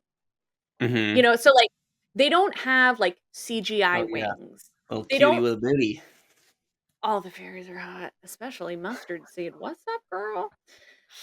Um, so they have so it, the Fairies? cons More like finies. Ooh. Can I get let's a boing?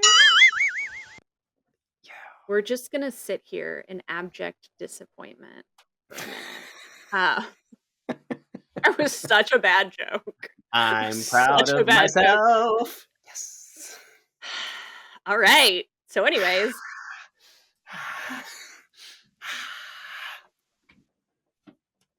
moving on. Pray continue. Pray do continue, good sir. So there's lots of depictions of fairies in like Carnival Row. Fairies have these beautiful kind of like latexy looking wings that are always down their back and then they fly and they're CGI or um I don't know, whatever, they look like insect wings, but they have this sort of live, they're alive and they can work. In this Mhm, film, what I love is that they keep the aesthetic of if this was a theater production, what would we be able to realistically achieve? And mhm, that's where the costumes are, in particular with the fairies. So, like, the wings are if you've ever made a set of fairy wings, I've made several in my life, with the wire frame and chiffon and silk and beads and things like that that are stretched around a wire frame to give them structure while still being see-through. So you mhm, get it's not like the fairies don't look like they could get up and like fly away with the wings, but they're still there and they're so homemade. They're so beautifully like homemade, handcrafted. There's a lot of masks in this of back mhm. not any of the main characters, but in the background of the fairy scenes, there's Oh, yeah, I masks. really like that they occasionally have a character who's just, like, wearing a mask, and you're like, "Oh, I guess they're just a fucking hobgoblin or Yeah, something." and when you're introduced to the fairy world, like Medusa comes out of a little, or like a Medusa-like woman who I was like, "Is that an actor who has a shit ton of snakes around her face? Because no, thank you." Oh, yeah, the Medusa lady, I was like, "Did they really do that?" But no, No, they and had to have I CGI'd her. oh, man, I don't know, this is 1999, I think it would've looked a lot worse if it was CGI, it looked really good. It did, I could tell there seemed to be, And like, a she few little also matte she lines, but also looked a little freaked out on well, her face, so I don't know. I don't know, I don't know, I don't know, I don't let's assume there was a lady with snakes all over her face, Yeah, that's a horrifying idea, but non-venomous asps, I don't know what they had. asps are highly poisonous, they killed Cleopatra Oh, very sorry, famously. non-venomous snakes, garden Non-venom snakes. garden snakes. So, um, the yes, so the all of that is to say, this is like Waldorf kids made fairies happen.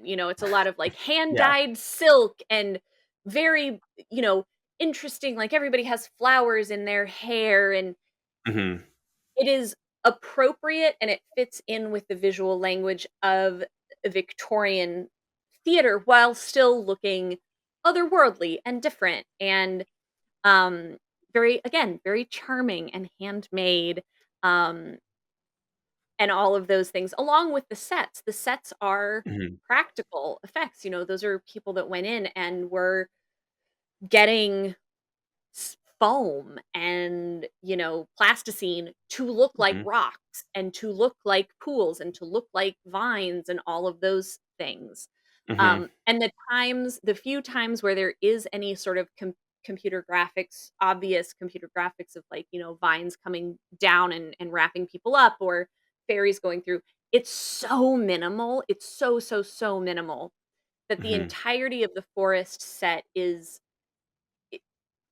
it makes you feel like you're watching a play yeah. while without any of the kind of odious, like, "Oh my fucking god, like, we get it, you're smart, it's a play, ugh." Um, Right. you know what I mean?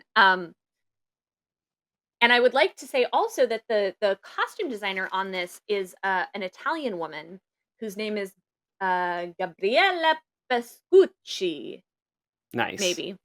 Good maybe. job. She has been, costume My designing name since is the s Giancarlo Vespa. Hey. Hey! Oh my god. I'm Penne Prosciutto. Sorry, Italians. We I'm don't need your not subscriber numbers either. Yeah, fuck you, France, fuck you, Italy. That's right. Super Spain, cool. you're okay for now. You did produce Christopher Columbus, though, and he was a big old rapist and murderer, so, like, maybe not. Hey, in this house, Christopher Columbus is a very fine Italian American. Sorry, that's from The Sopranos. There's a whole great episode in like the second season about like contentious all the teenagers are like Christopher Columbus was a bad man and Tony Soprano's like, "What the hell are you talking about? Christopher Columbus is an American hero." And of Oh course, my he's Tony god. Soprano, so he's wrong, but he won't admit he's wrong. He So, won't admit he's wrong, it's a great etcetera, episode. and Yeah. so on. So this woman, Gabriella Pescucci, she has been in and around film and opera costuming, which I think is important because opera costuming is, it's theater costuming. It's very over the top, it's very lavish. Yeah. Since the 1960s and in the 70s and 80s, she was working with a number of renowned Italian directors, up Mhm. to and including Fellini. So Oh, cool. yeah, she is like real deal, real deal. Did you know which movie she worked on with Fellini? I didn't go in a deep dive on it. I'm That's sorry. okay. Yeah. But she's That's done super cool various though. operatic productions. And here is a fun fact for you that I saved to tell you right now. She was the costume designer on The Adventures of Baron Munchausen, which I Oh, think no way. I you love can the costumes in that are oh, incredible. and it's the Everything in same. that everything about the production design of that movie is incredible. It's incredible, and I think Baron Munchausen, which came out, I think, in the late '80s, and then this came out about a decade later, Mhm. you can see she is obviously somebody that understands theater costuming, Mhm. which is when you are okay, so when you are a theater costume designer, it is a different it is an analogous but different skill set than being a film costume designer. Because when you Mhm. have film, there are certain patterns or certain colors that just will not read on film. Like when you actually are filming it and Mhm. instead of viewing it. Also, when you're doing costuming for film design, you typically are looking at visual interest and like character building, quote unquote character building from like the chest up because for the most part that's what you're going to see of your character, right? Is Mhm. is in this sort of A lot of square mediums, box. a lot of close-ups, yeah. Exactly. But when you're designing for theater, you have to have you have to be able to see the whole character and You everything gotta has play to the to back of the house, you gotta play to the back of the house, and because of that and also what's fun about which is the same theater. thing that actors do, right? They project in theater because they wanna make sure everyone can hear them. Exactly, exactly, and also when you're in theater design or theater costuming, there are certain things where it's like, "Hey, if this dress has, like, a stain on, like, under the arm or, like, it has a tear in the skirt, who gives a shit?" Like, the closest person to you is, like, 15 or 20 feet away, they're not gonna see it. So Yeah. there's, like, a little bit of grimy realness that happens in theater costuming that I personally love very deeply. Mhm. And I think through The Adventures of Baron Munchausen, as well as on this, knowing that it's the same costume designer, she obviously is working from a theater and operatic costume design background where she Yeah, understands like this is a craft.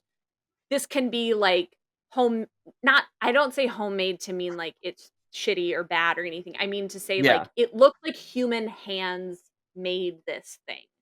totally, yeah. Yeah, interesting you bring that up, like, the amount of times I've scrutinized a frame that we were about to shoot in like a stop motion thing and when I've been set dressing and doing last looks they call it. It's like your last chance. They do it in live action too. Like Mhm. and most of the time it'll be a makeup and costume person Mhm. who's doing last looks because they need to make sure that things look good. But it's true, like you could get away with having like a little um uh uh frayed thread or something like that in theater, perhaps. But Absolutely.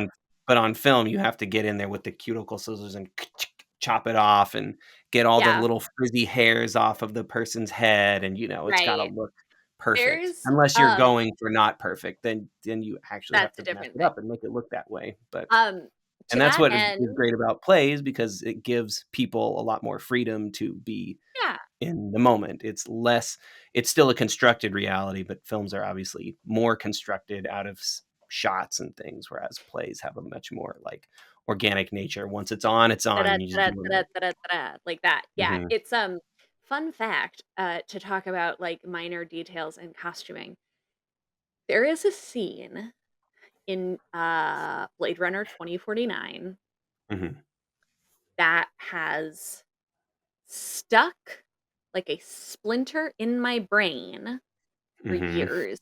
There is Ryan Gosling wears this super beautiful coat, like this really cool fucking rad as shit coat, right? yeah, mhm, There is one shot in this film. There's one shot. It is it's from his back and you see kind of from his like shoulder line up. mhm, And on the back of the coat is a mhm, row of double stitching. uh-huh, And the stitching on the double stitch is not straight, mhm. and it makes me furious because I'm like, "What? You didn't have a fucking twin needle machine to get those aligned? What? You have a whole fucking costume department? You spent, like, how many millions of dollars on this movie? You don't have a fucking twin needle where you could do that? Or, like, what? You couldn't, like, take it out and redo it so it's fucking straight?" It's it's a close up of the back of his jacket and the fucking and the I bet you what happened is that they I know, were I know, told by somebody, the director I maybe, know, that they were never going to see the back of the coat in a I close-up, know, and then I one know. day they were like, "Oh, you know what we need? We need a backup. We need a close-up up from his back." Well, I don't know. Oh, That might not be it's true because Blade Runner seems like the kind of movie that would be super heavily storyboarded. it's look, But I could see that happening where they're like, "We need to be behind him," and the costume designer's and like, the costume "No, and the whole, no, like, don't you know." know you know that one of the I hate the term seamstress because it's so gendered, but, like, one of the Mhm. people actually doing the sewing, you know the person that did that, like, showed it and was like, "I fixed it," but, like, "Fuck, I was rushing and I'm so sorry," but, like and they were like, "It's fine, we're never gonna see the back of the jacket." And then the costume designer and that person and the fucking wardrobe, like, coordinator all were like, "Fuck, fuck, fuck, fuck, fuck, fuck." I know that that's true. I'm not I'm not saying that to blame the costume department because in my eyes, the Right. costume department can truly do no wrong. I'm just saying it's very annoying. But it was only annoying because I Understandable. could see it. If it was on a theater stage, who the fuck care? I don't know. I can't see it over there. But anyway, sorry. We are coming back Ooh. around. Yeah. The Well, anger clearly they is put a lot of work and effort into the sort of look of these costumes from Midsummer Night's Dream to make them that yeah. perfect combination of semi-Victorian, used, adding in that grungy theater aspect while still having them Yeah. be kind of like handmade looking, tattered. They even incorporate a And lot of like the yeah. leaves and natural things, which is great. Um, and yeah, I don't know much about the period costume. Oh, can you talk for a second about Nick Bottom's white suit? Because I was like, I want that suit and that cool hat. Oh I yeah, want those things. sure. That was a oh, fuck, I'm not gonna be able to remember what they're called. In the, turn of the century turn of the I should say the last century, turn of the 20th century, Mhm. because children nowadays will say, "Oh, it happened in the late 20th century," and I'm like, I know. I found this article from 1997. Can I use it in my paper? yeah, exactly. Yeah, This it's paper from the late 20th century. Bitch. I know, and I'm like, "Motherfucker, no." It's fine. It's fine. Generations change. I'm not. I'm not gonna be It's like a bitter accurate. asshole about it. It is accurate. It is highly accurate. It just makes us feel old and decrepit, which we are. So the oh no, I lost my train of thought because I went on a rant about how old I am. Nick Bottom's Oh, white suit is a sorry, sorry, kind of sorry. suit it is. Nick Bottom's white suit. In the turn of the 20th century, Mhm. it through up until the 1910s and 20s, that was just sort of a like gadabout, man about town to have a white linen suit.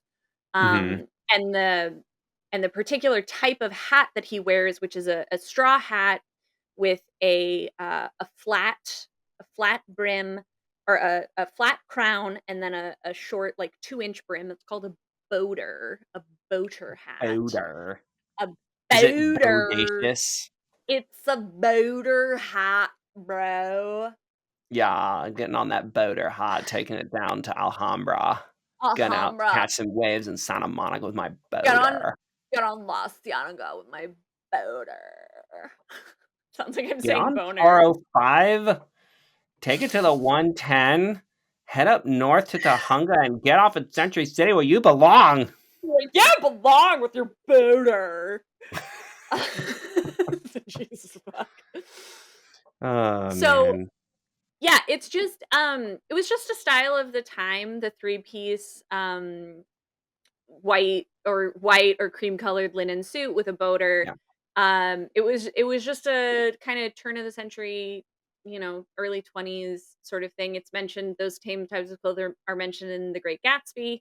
Yeah. Um, I boater was so hats. sad when the kids pour the wine on it. I I was like, "Oh." know. I was like, stop it, you guys. That's so mean. It's so hard to get red wine out of clothing unless, ooh, here's a fun fact. If you do get red wine in clothing, immediately hit it with very, very cold water Ah, cold water, the and some trick that like keeps on again and giving. again and again and again. I'm sure there's others, but that's how I've always gotten red wine out of stuff.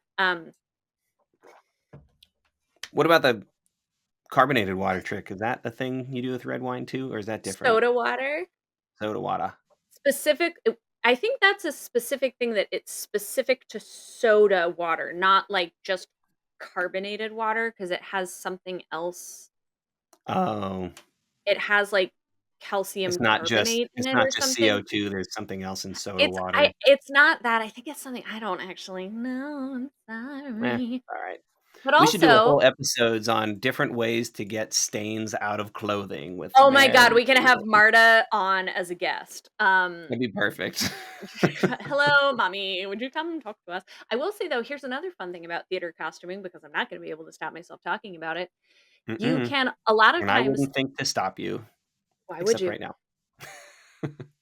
Meow.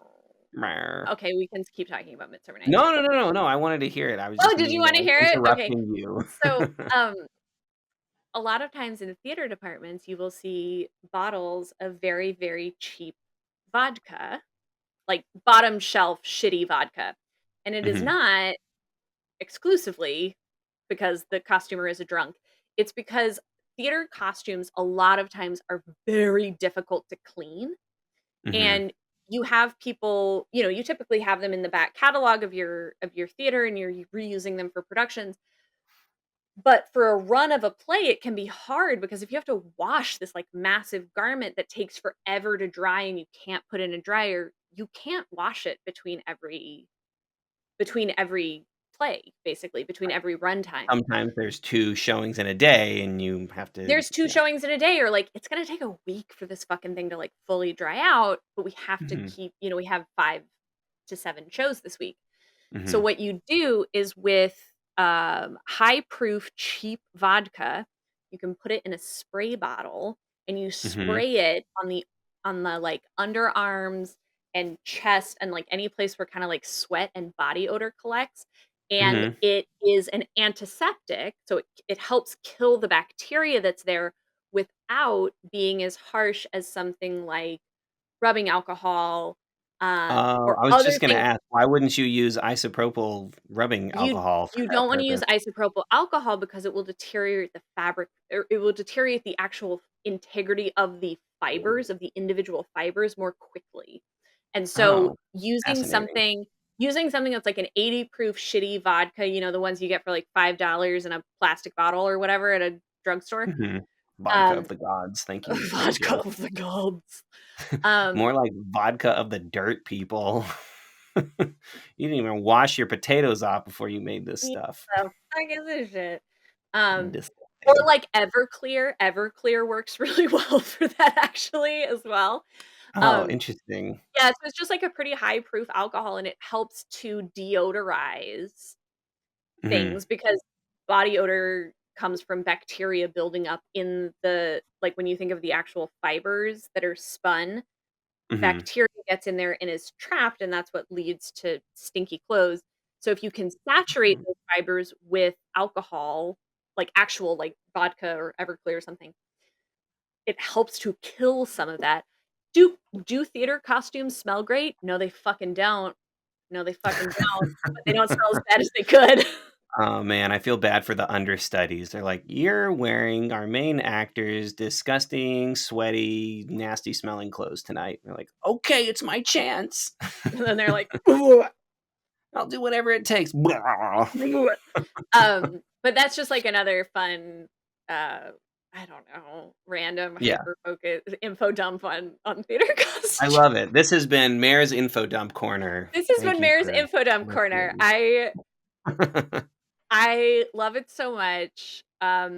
Keenan, if you're listening, you're a great costumer, and anytime you wanna talk about costuming, obviously, we're always down. Um, Yeah, you and Keenan should start your own podcast about we costuming junk. talked about it forever, and at the time, it just wasn't right. But Yeah. they're an amazing costumer at Pocket Tour Vintage Fashions, Couture and vintage clothing and costume rental. yes, and we will be taking our residual check in the mail for that ad Thank spot. you. That's 10% off of every costume created. Nah, dude, You're that ain't no welcome that for ain't the never gonna swaths happen. and swaths of new business Yeah. that this has generated for you, Hot Couture. Obviously, the 4 people that listen to our podcast, all of whom I'm pretty sure are our mother just multiple times. Yeah. Okay, the last the last thing I wanted to talk about, because we Yes. talked about the Adventures of Baron Munchausen and how amazing that costuming is. I Yeah. wanted to touch very briefly on something again from our childhood that I don't know if you remember, but I think I did make you watch them with me, which is Shelley Duvall's Fairy Tale Theater. Oh my god, are you kidding? Yeah, no, Yeah, we watched it all the I'm a time, right? big fan. Love Yes. Shelley Duvall's fairy Um, tale theater. These Shelley were, well, you describe it. Okay, Shelley Duvall is, an unhinged person, and at some point, she For the youngins out there, maybe the thing that you would know Shelley Duvall from is that she is Jack Nicholson's wife in The Shining. that yeah, I don't think Stanley Kubrick or Jack Nicholson did her any particular favors in terms of the realm of, like, mental health. She was already mentally ill, and they made She it much was worse. Yeah, she was, like, not doing great, and then they were like, "But what if we scrambled them eggs some more?" So Yeah, but we rented a s Mhm. Shelley Duvall had this thing that she did in, like, the '80s, like, early and mid-'80s called Yeah. Shelley Duvall's Fairy Tale Theater, where she would retell it would be filmed adaptations of traditional fairy tales, like Hansel and Gretel and The Boy Who Cried Wolf and, Mhm. um, Yeah, they were y great. I love those. Rapunzel. Holy fuck, they were so good. They were so They really fucking felt like good. yeah, and they really had a play-like quality to They them. They felt did. very public access channel. In fact, I have no idea where these aired. I'm assuming that they were for television, but we just rented the VHSs, which had great box art too. Like, Oh my I god. honestly have no idea how these things got produced or for whom they were made. They just sort of appeared in our childhood at one point. But yeah, they're all super great. And Shelley Duvall stars in some way in most of them, if I'm In not most of them. mistaken. And these were also things that had, like, Jeff Bridges, uh, Jeff Goldblum, Yeah, Billy big stars in Crystal. them. Wasn't David Bowie Steve in one? Or am Martin. I thinking of the one with Mick Jagger You're playing thinking of like the a one with Mick Chinese Jagger. He's emperor? playing like a Chinese emperor in, like, a super not cool way. Ooh, ouch. Ouch. Way to go. The one foray into any other kind of mythology besides Western mythology, fairy Yes. tales. And you had to go Okay, super, like, super strong Orientalism. and it was Like, like, "Okay." So it originally aired on Showtime between oh, 1982 and '87.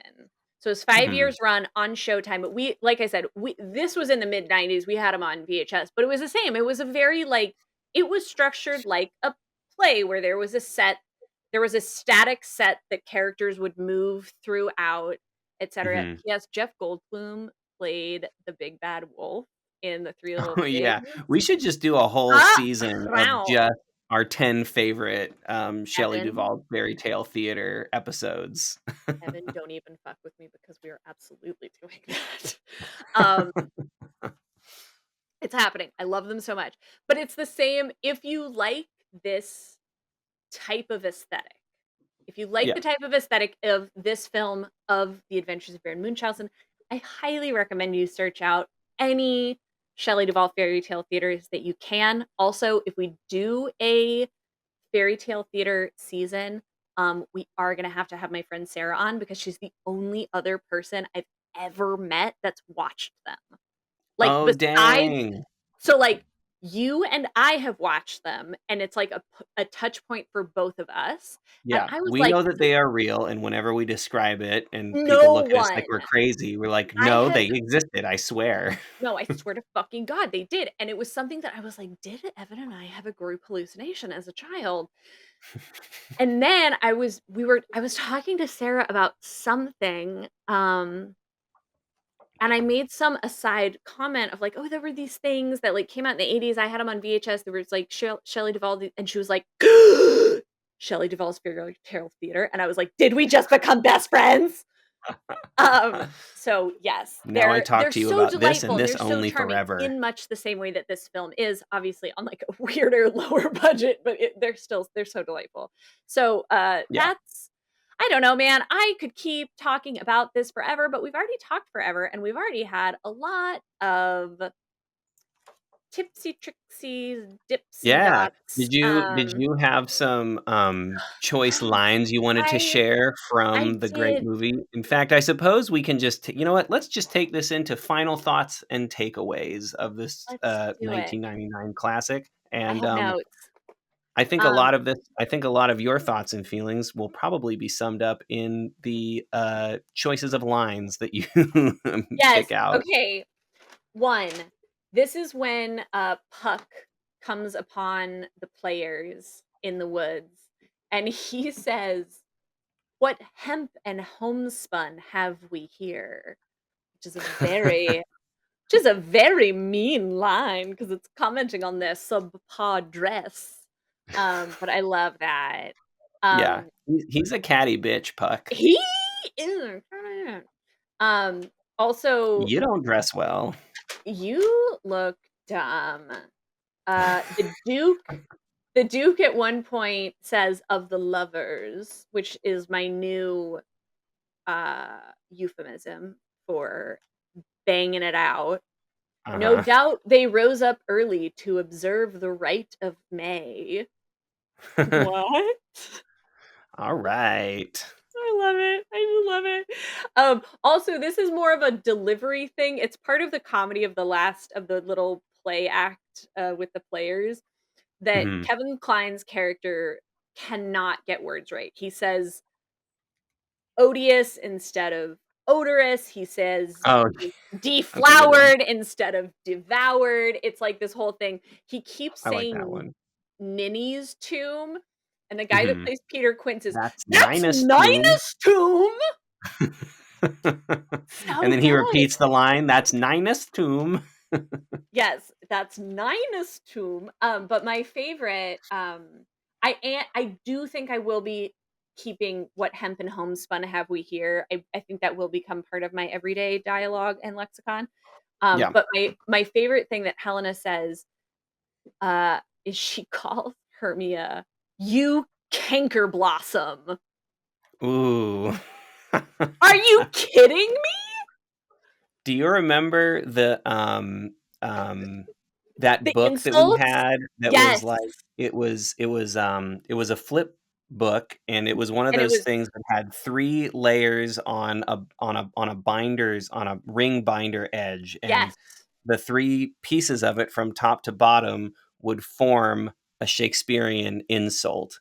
So it Oh, would be like adjective, ad or maybe adverb, adjective, noun. I mean, very or loosely, it whatever was it something was, but like it would be that. like an exquisite corpse kind of thing where it was like, Yeah, and you could get any and you different could flip creation. all the 3 sections of the ring Yeah. binder and, like, create your own sort of, like, hodgepodge, Shakespearean insult. Yeah. You, what was it? You y dim-witted cocker spanieled son of a bull's pizzle or Yes, something, you or know? Like, whatever. But ooh. I just love you canker blossom because I was The like, Canker "Ooh," Blossom is a good one. I don't know if that one was because in the also book, but it deserves to be so, put in I the think lexicon. so here's also my thing is because I was like, "A canker blossom, that's interesting," and then I was like, "Are they talking about, like, a herpes sore?" Ooh. Because Did you a look it up? canker is like a mouth so is like an internal or external, like, mouth sore, and then I Yeah. was like, "Shakespeare, are you, like, calling someone a little herpes?" Ooh. Hermia is gonna have to get some Carmax. Hermia is gonna have to get some I've been lucky enough to never knock on wood. I got that sick ass HPV vaccine when I was 16, bruh. Ain't never Alright. got ain't never got the herpaderp. The herpa-derp. You're no herping and no derping for Myrrh. I ain't herping Herpin', a derp. derpin', Myrrh. I'm gonna herp ner derp and a derp and a merp and a burp a doo doo doo. Alright, Boomhauer, we hear you. Yeah. Um, as for me, like, watching this movie brought me down memory lane. I really enjoyed getting back into it. Um, I'm infrequently watching, you know, Shakespearean English movies, but it was really nice to see this. I love diving back into it and challenging myself to sort of, you know, get into that old English style. But the storytelling is you know, evergreen, if you will. And this Yeah, particular movie just brings back so many memories of that time in 1999, getting into movies, getting into kind of like, you know, expanding my horizons as far as like what kind of things in movies interested me, what kind of stories I was interested in learning about. And of course, there's fairies. Oh, and also, I'd be remiss if I didn't mention for any youngins who are unfamiliar or even people who just don't um, know about or read very many comic books. You should check out Neil Gaiman's Sandman number mhm, 19, which is titled A Midsummer Night's Dream, but it mhm, is a great sort of it doesn't really tell the story of the play, but it tells the story of Morpheus, the king of dreams, starting up a kind of creative and lifelong partnership with William Shakespeare. And yeah, Morpheus, the king of dreams, one of the endless, brings the the the the the cavalcade of fairies out to watch William Shakespeare perform the play for them. So Oberon yeah, and Titania are there watching the play about them and commenting on it and commenting yes. about what they got wrong and what they got right. And it's a great little piece of reinterpreted It is, it's fiction using beautiful. one of the best, you know, of Shakespeare's plays to say even more about magic and the Yeah, realm of dreams and stuff like that. So and, that's a like, really great one. Sandman, number 19, A Midsummer Night's Dream by Neil Gaiman. And I don't remember who the artist was on it, but maybe it was Charles Charles Vest did that Vess. one. It was Yeah. Charles Vess. Charles Yeah. Vess does a lot of, Neil Gaiman's he did the illustrated Stardust that you gifted me, Oh, yeah. and some That's a other good stuff, book. and, like, also just, like, as a, like, current affairs side note, like, we know Neil Gaiman has been accused of SA. We know. We know. Oh, has he? I didn't know that. I haven't been paying attention Multiple, tonight. multiple. You know, don't have heroes, Don't kids. have heroes. Do you know why? Because if that hero has a dick, 9 times out of 10, they're a fucking garbage human being. I don't know what to tell you. But also, like, we believe victims and don't take sides. So, what are you gonna do? Ba-da. So, what are okay, key takeaways. This is a fantastic film. This is definitely more of a Mayor pick, I think, than an Evan pick, just in terms of like Yeah, but I aesthetics love and it like too. I what it mean, I is. Because I'm watched it like, look at all multiple these little times when fairies, it and they came have like out. their I dresses had, made out of like I cobwebs, think and that it's so precious and it's so cute, as and a it's all kid who didn't have like who enjoyed fairies but didn't have kind of like that sort of deep seated connection that you did you with didn't them have from a an young age. It helped me affinity. kind of like at that age, I was like, I get it. Fairies are cool, They're not just like chick stuff. They're like fairies are sick. Like they're powerful, they're magical, they're weird, they're kind of Oh, sexy, They're oh, great. we shall get into as this series season everything continues of like my true and abiding love of myths of the Fae folk. And the Hmm. Fae folk could not give a fuck about humans, and it's Yeah, awesome. which is awesome. It's so great because 'cause I'm like, "Same, Another thing bestie." that you have in common with them, Another thing where I'm like, "They are trash. What is wrong with them? I don't know. you They're so people. mean. They're so mean for no like, I don't get it." I'm just trying to be myself over here, and these people are Just just being meanies. just trying to drink, like, dewdrops and stuff. Okay, Kurna. Is it Evan time? Orion Kurna. Yes. Do you think that it's time for the, Tambok na siksi. Tambok na siksi. vibe check?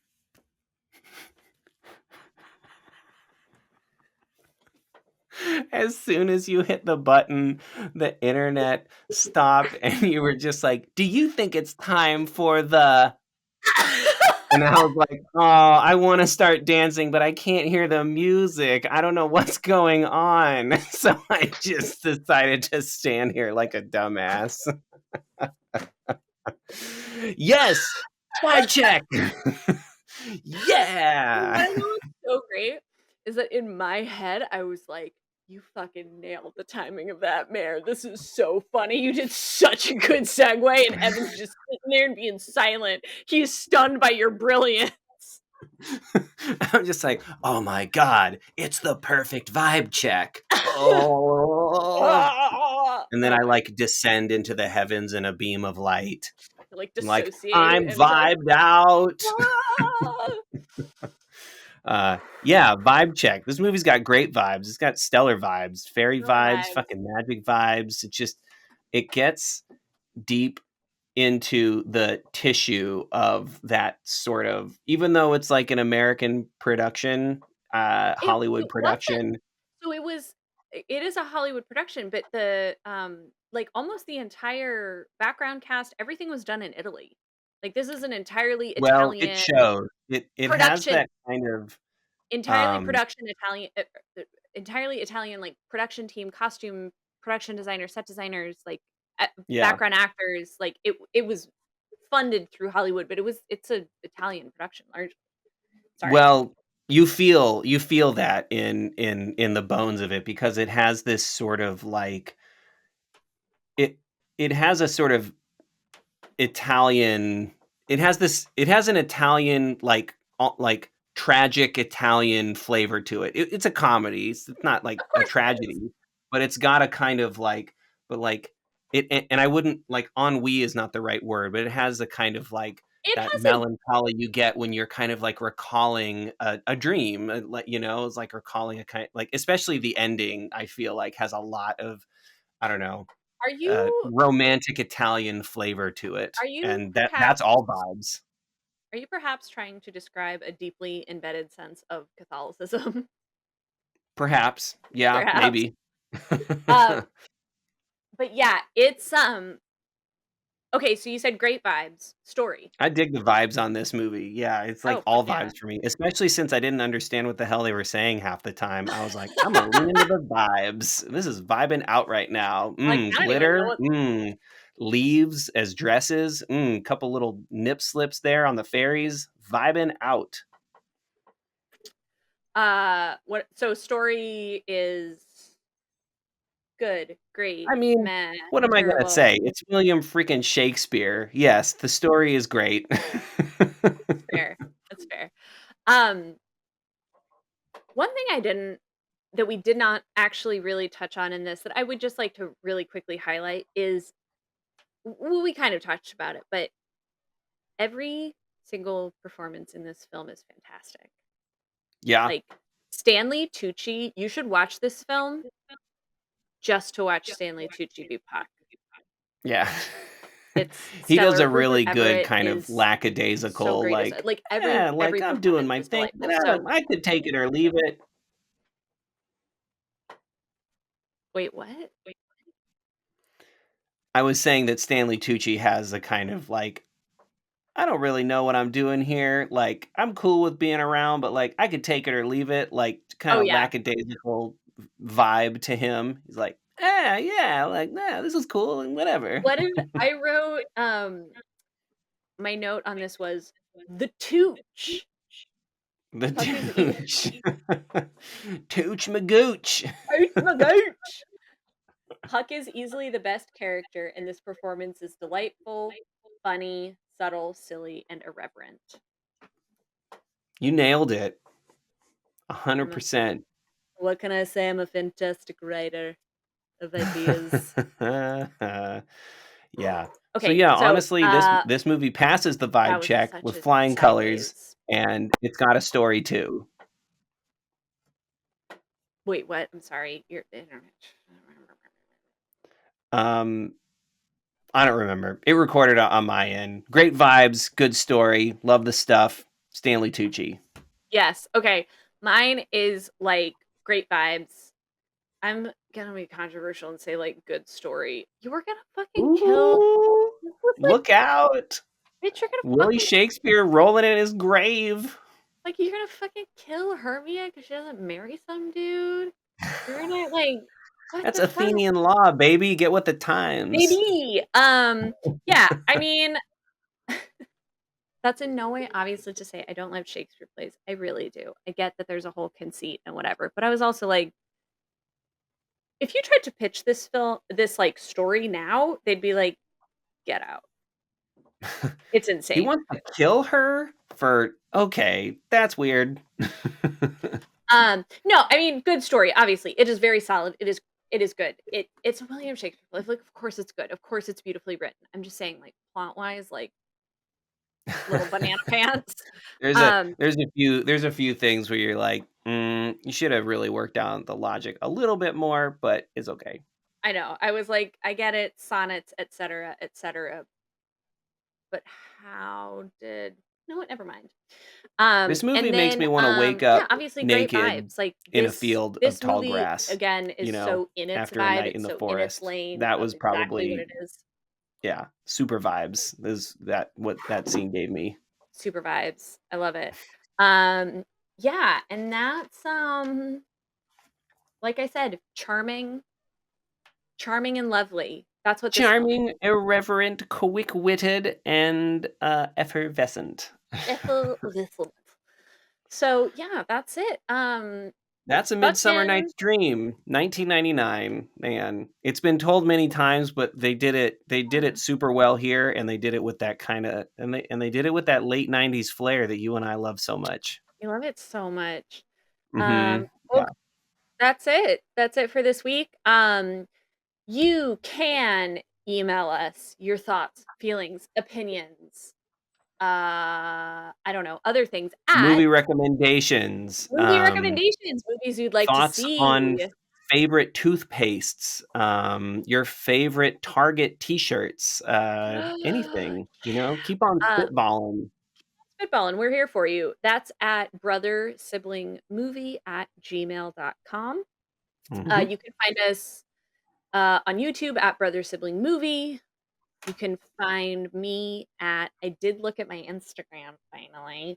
It's Mm-hmm. at lawn underscore, wait, at lawn underscore daddy underscore lives underscore here. At lawn daddy lives here with underscores between the words. If you want to follow along, because I finally was like, I should probably check how it's spelled. Yeah. And you can find Evan.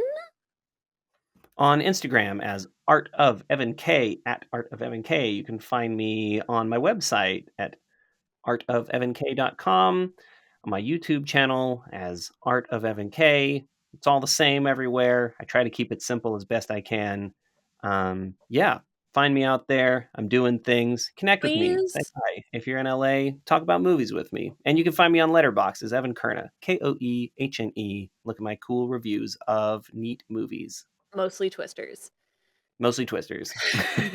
Also, like, Evan's really talented and a delight to work with. Like, book him for something. I don't know, guys. Yeah, the industry is kind of slow. Luckily, I'm on a commercial right now, which is paying the bills, which is great. But Yeah, yeah, things are sort of topsy-turvy, but I'd love yeah, to learn about new opportunities as a filmmaker, as an yeah, art director. I know how to build things. I know how to make stuff, and I'm pretty good with, directing people and leading teams of people towards a common goal. So, yeah. And like, help me out. disgustingly, people have told me you're handsome. So, I so can't help it. if you want somebody that's like nice and easy on the eyes, I guess like book him or whatever. I So, lean into my good looks and charm, and everything yeah, else I let fall by the wayside. yeah, like your soul. All right, y'all. This has Hey, been fun. this has been so fun. Uh, Mama, thanks for listening. Yeah, join us next week for another movie from our childhood. No As we doubt continue. science fiction-y. Yes, Yes. and you know what? Uh, go talk to your sibling. Yeah, call him up. Give him a Say chat. hi. Say Gab. hi. Gab to your Yeah. sibling. It's fun, I swear. We hope you have a good week and continue enjoying yourself. Thanks again, everybody. Bye for now. Bye.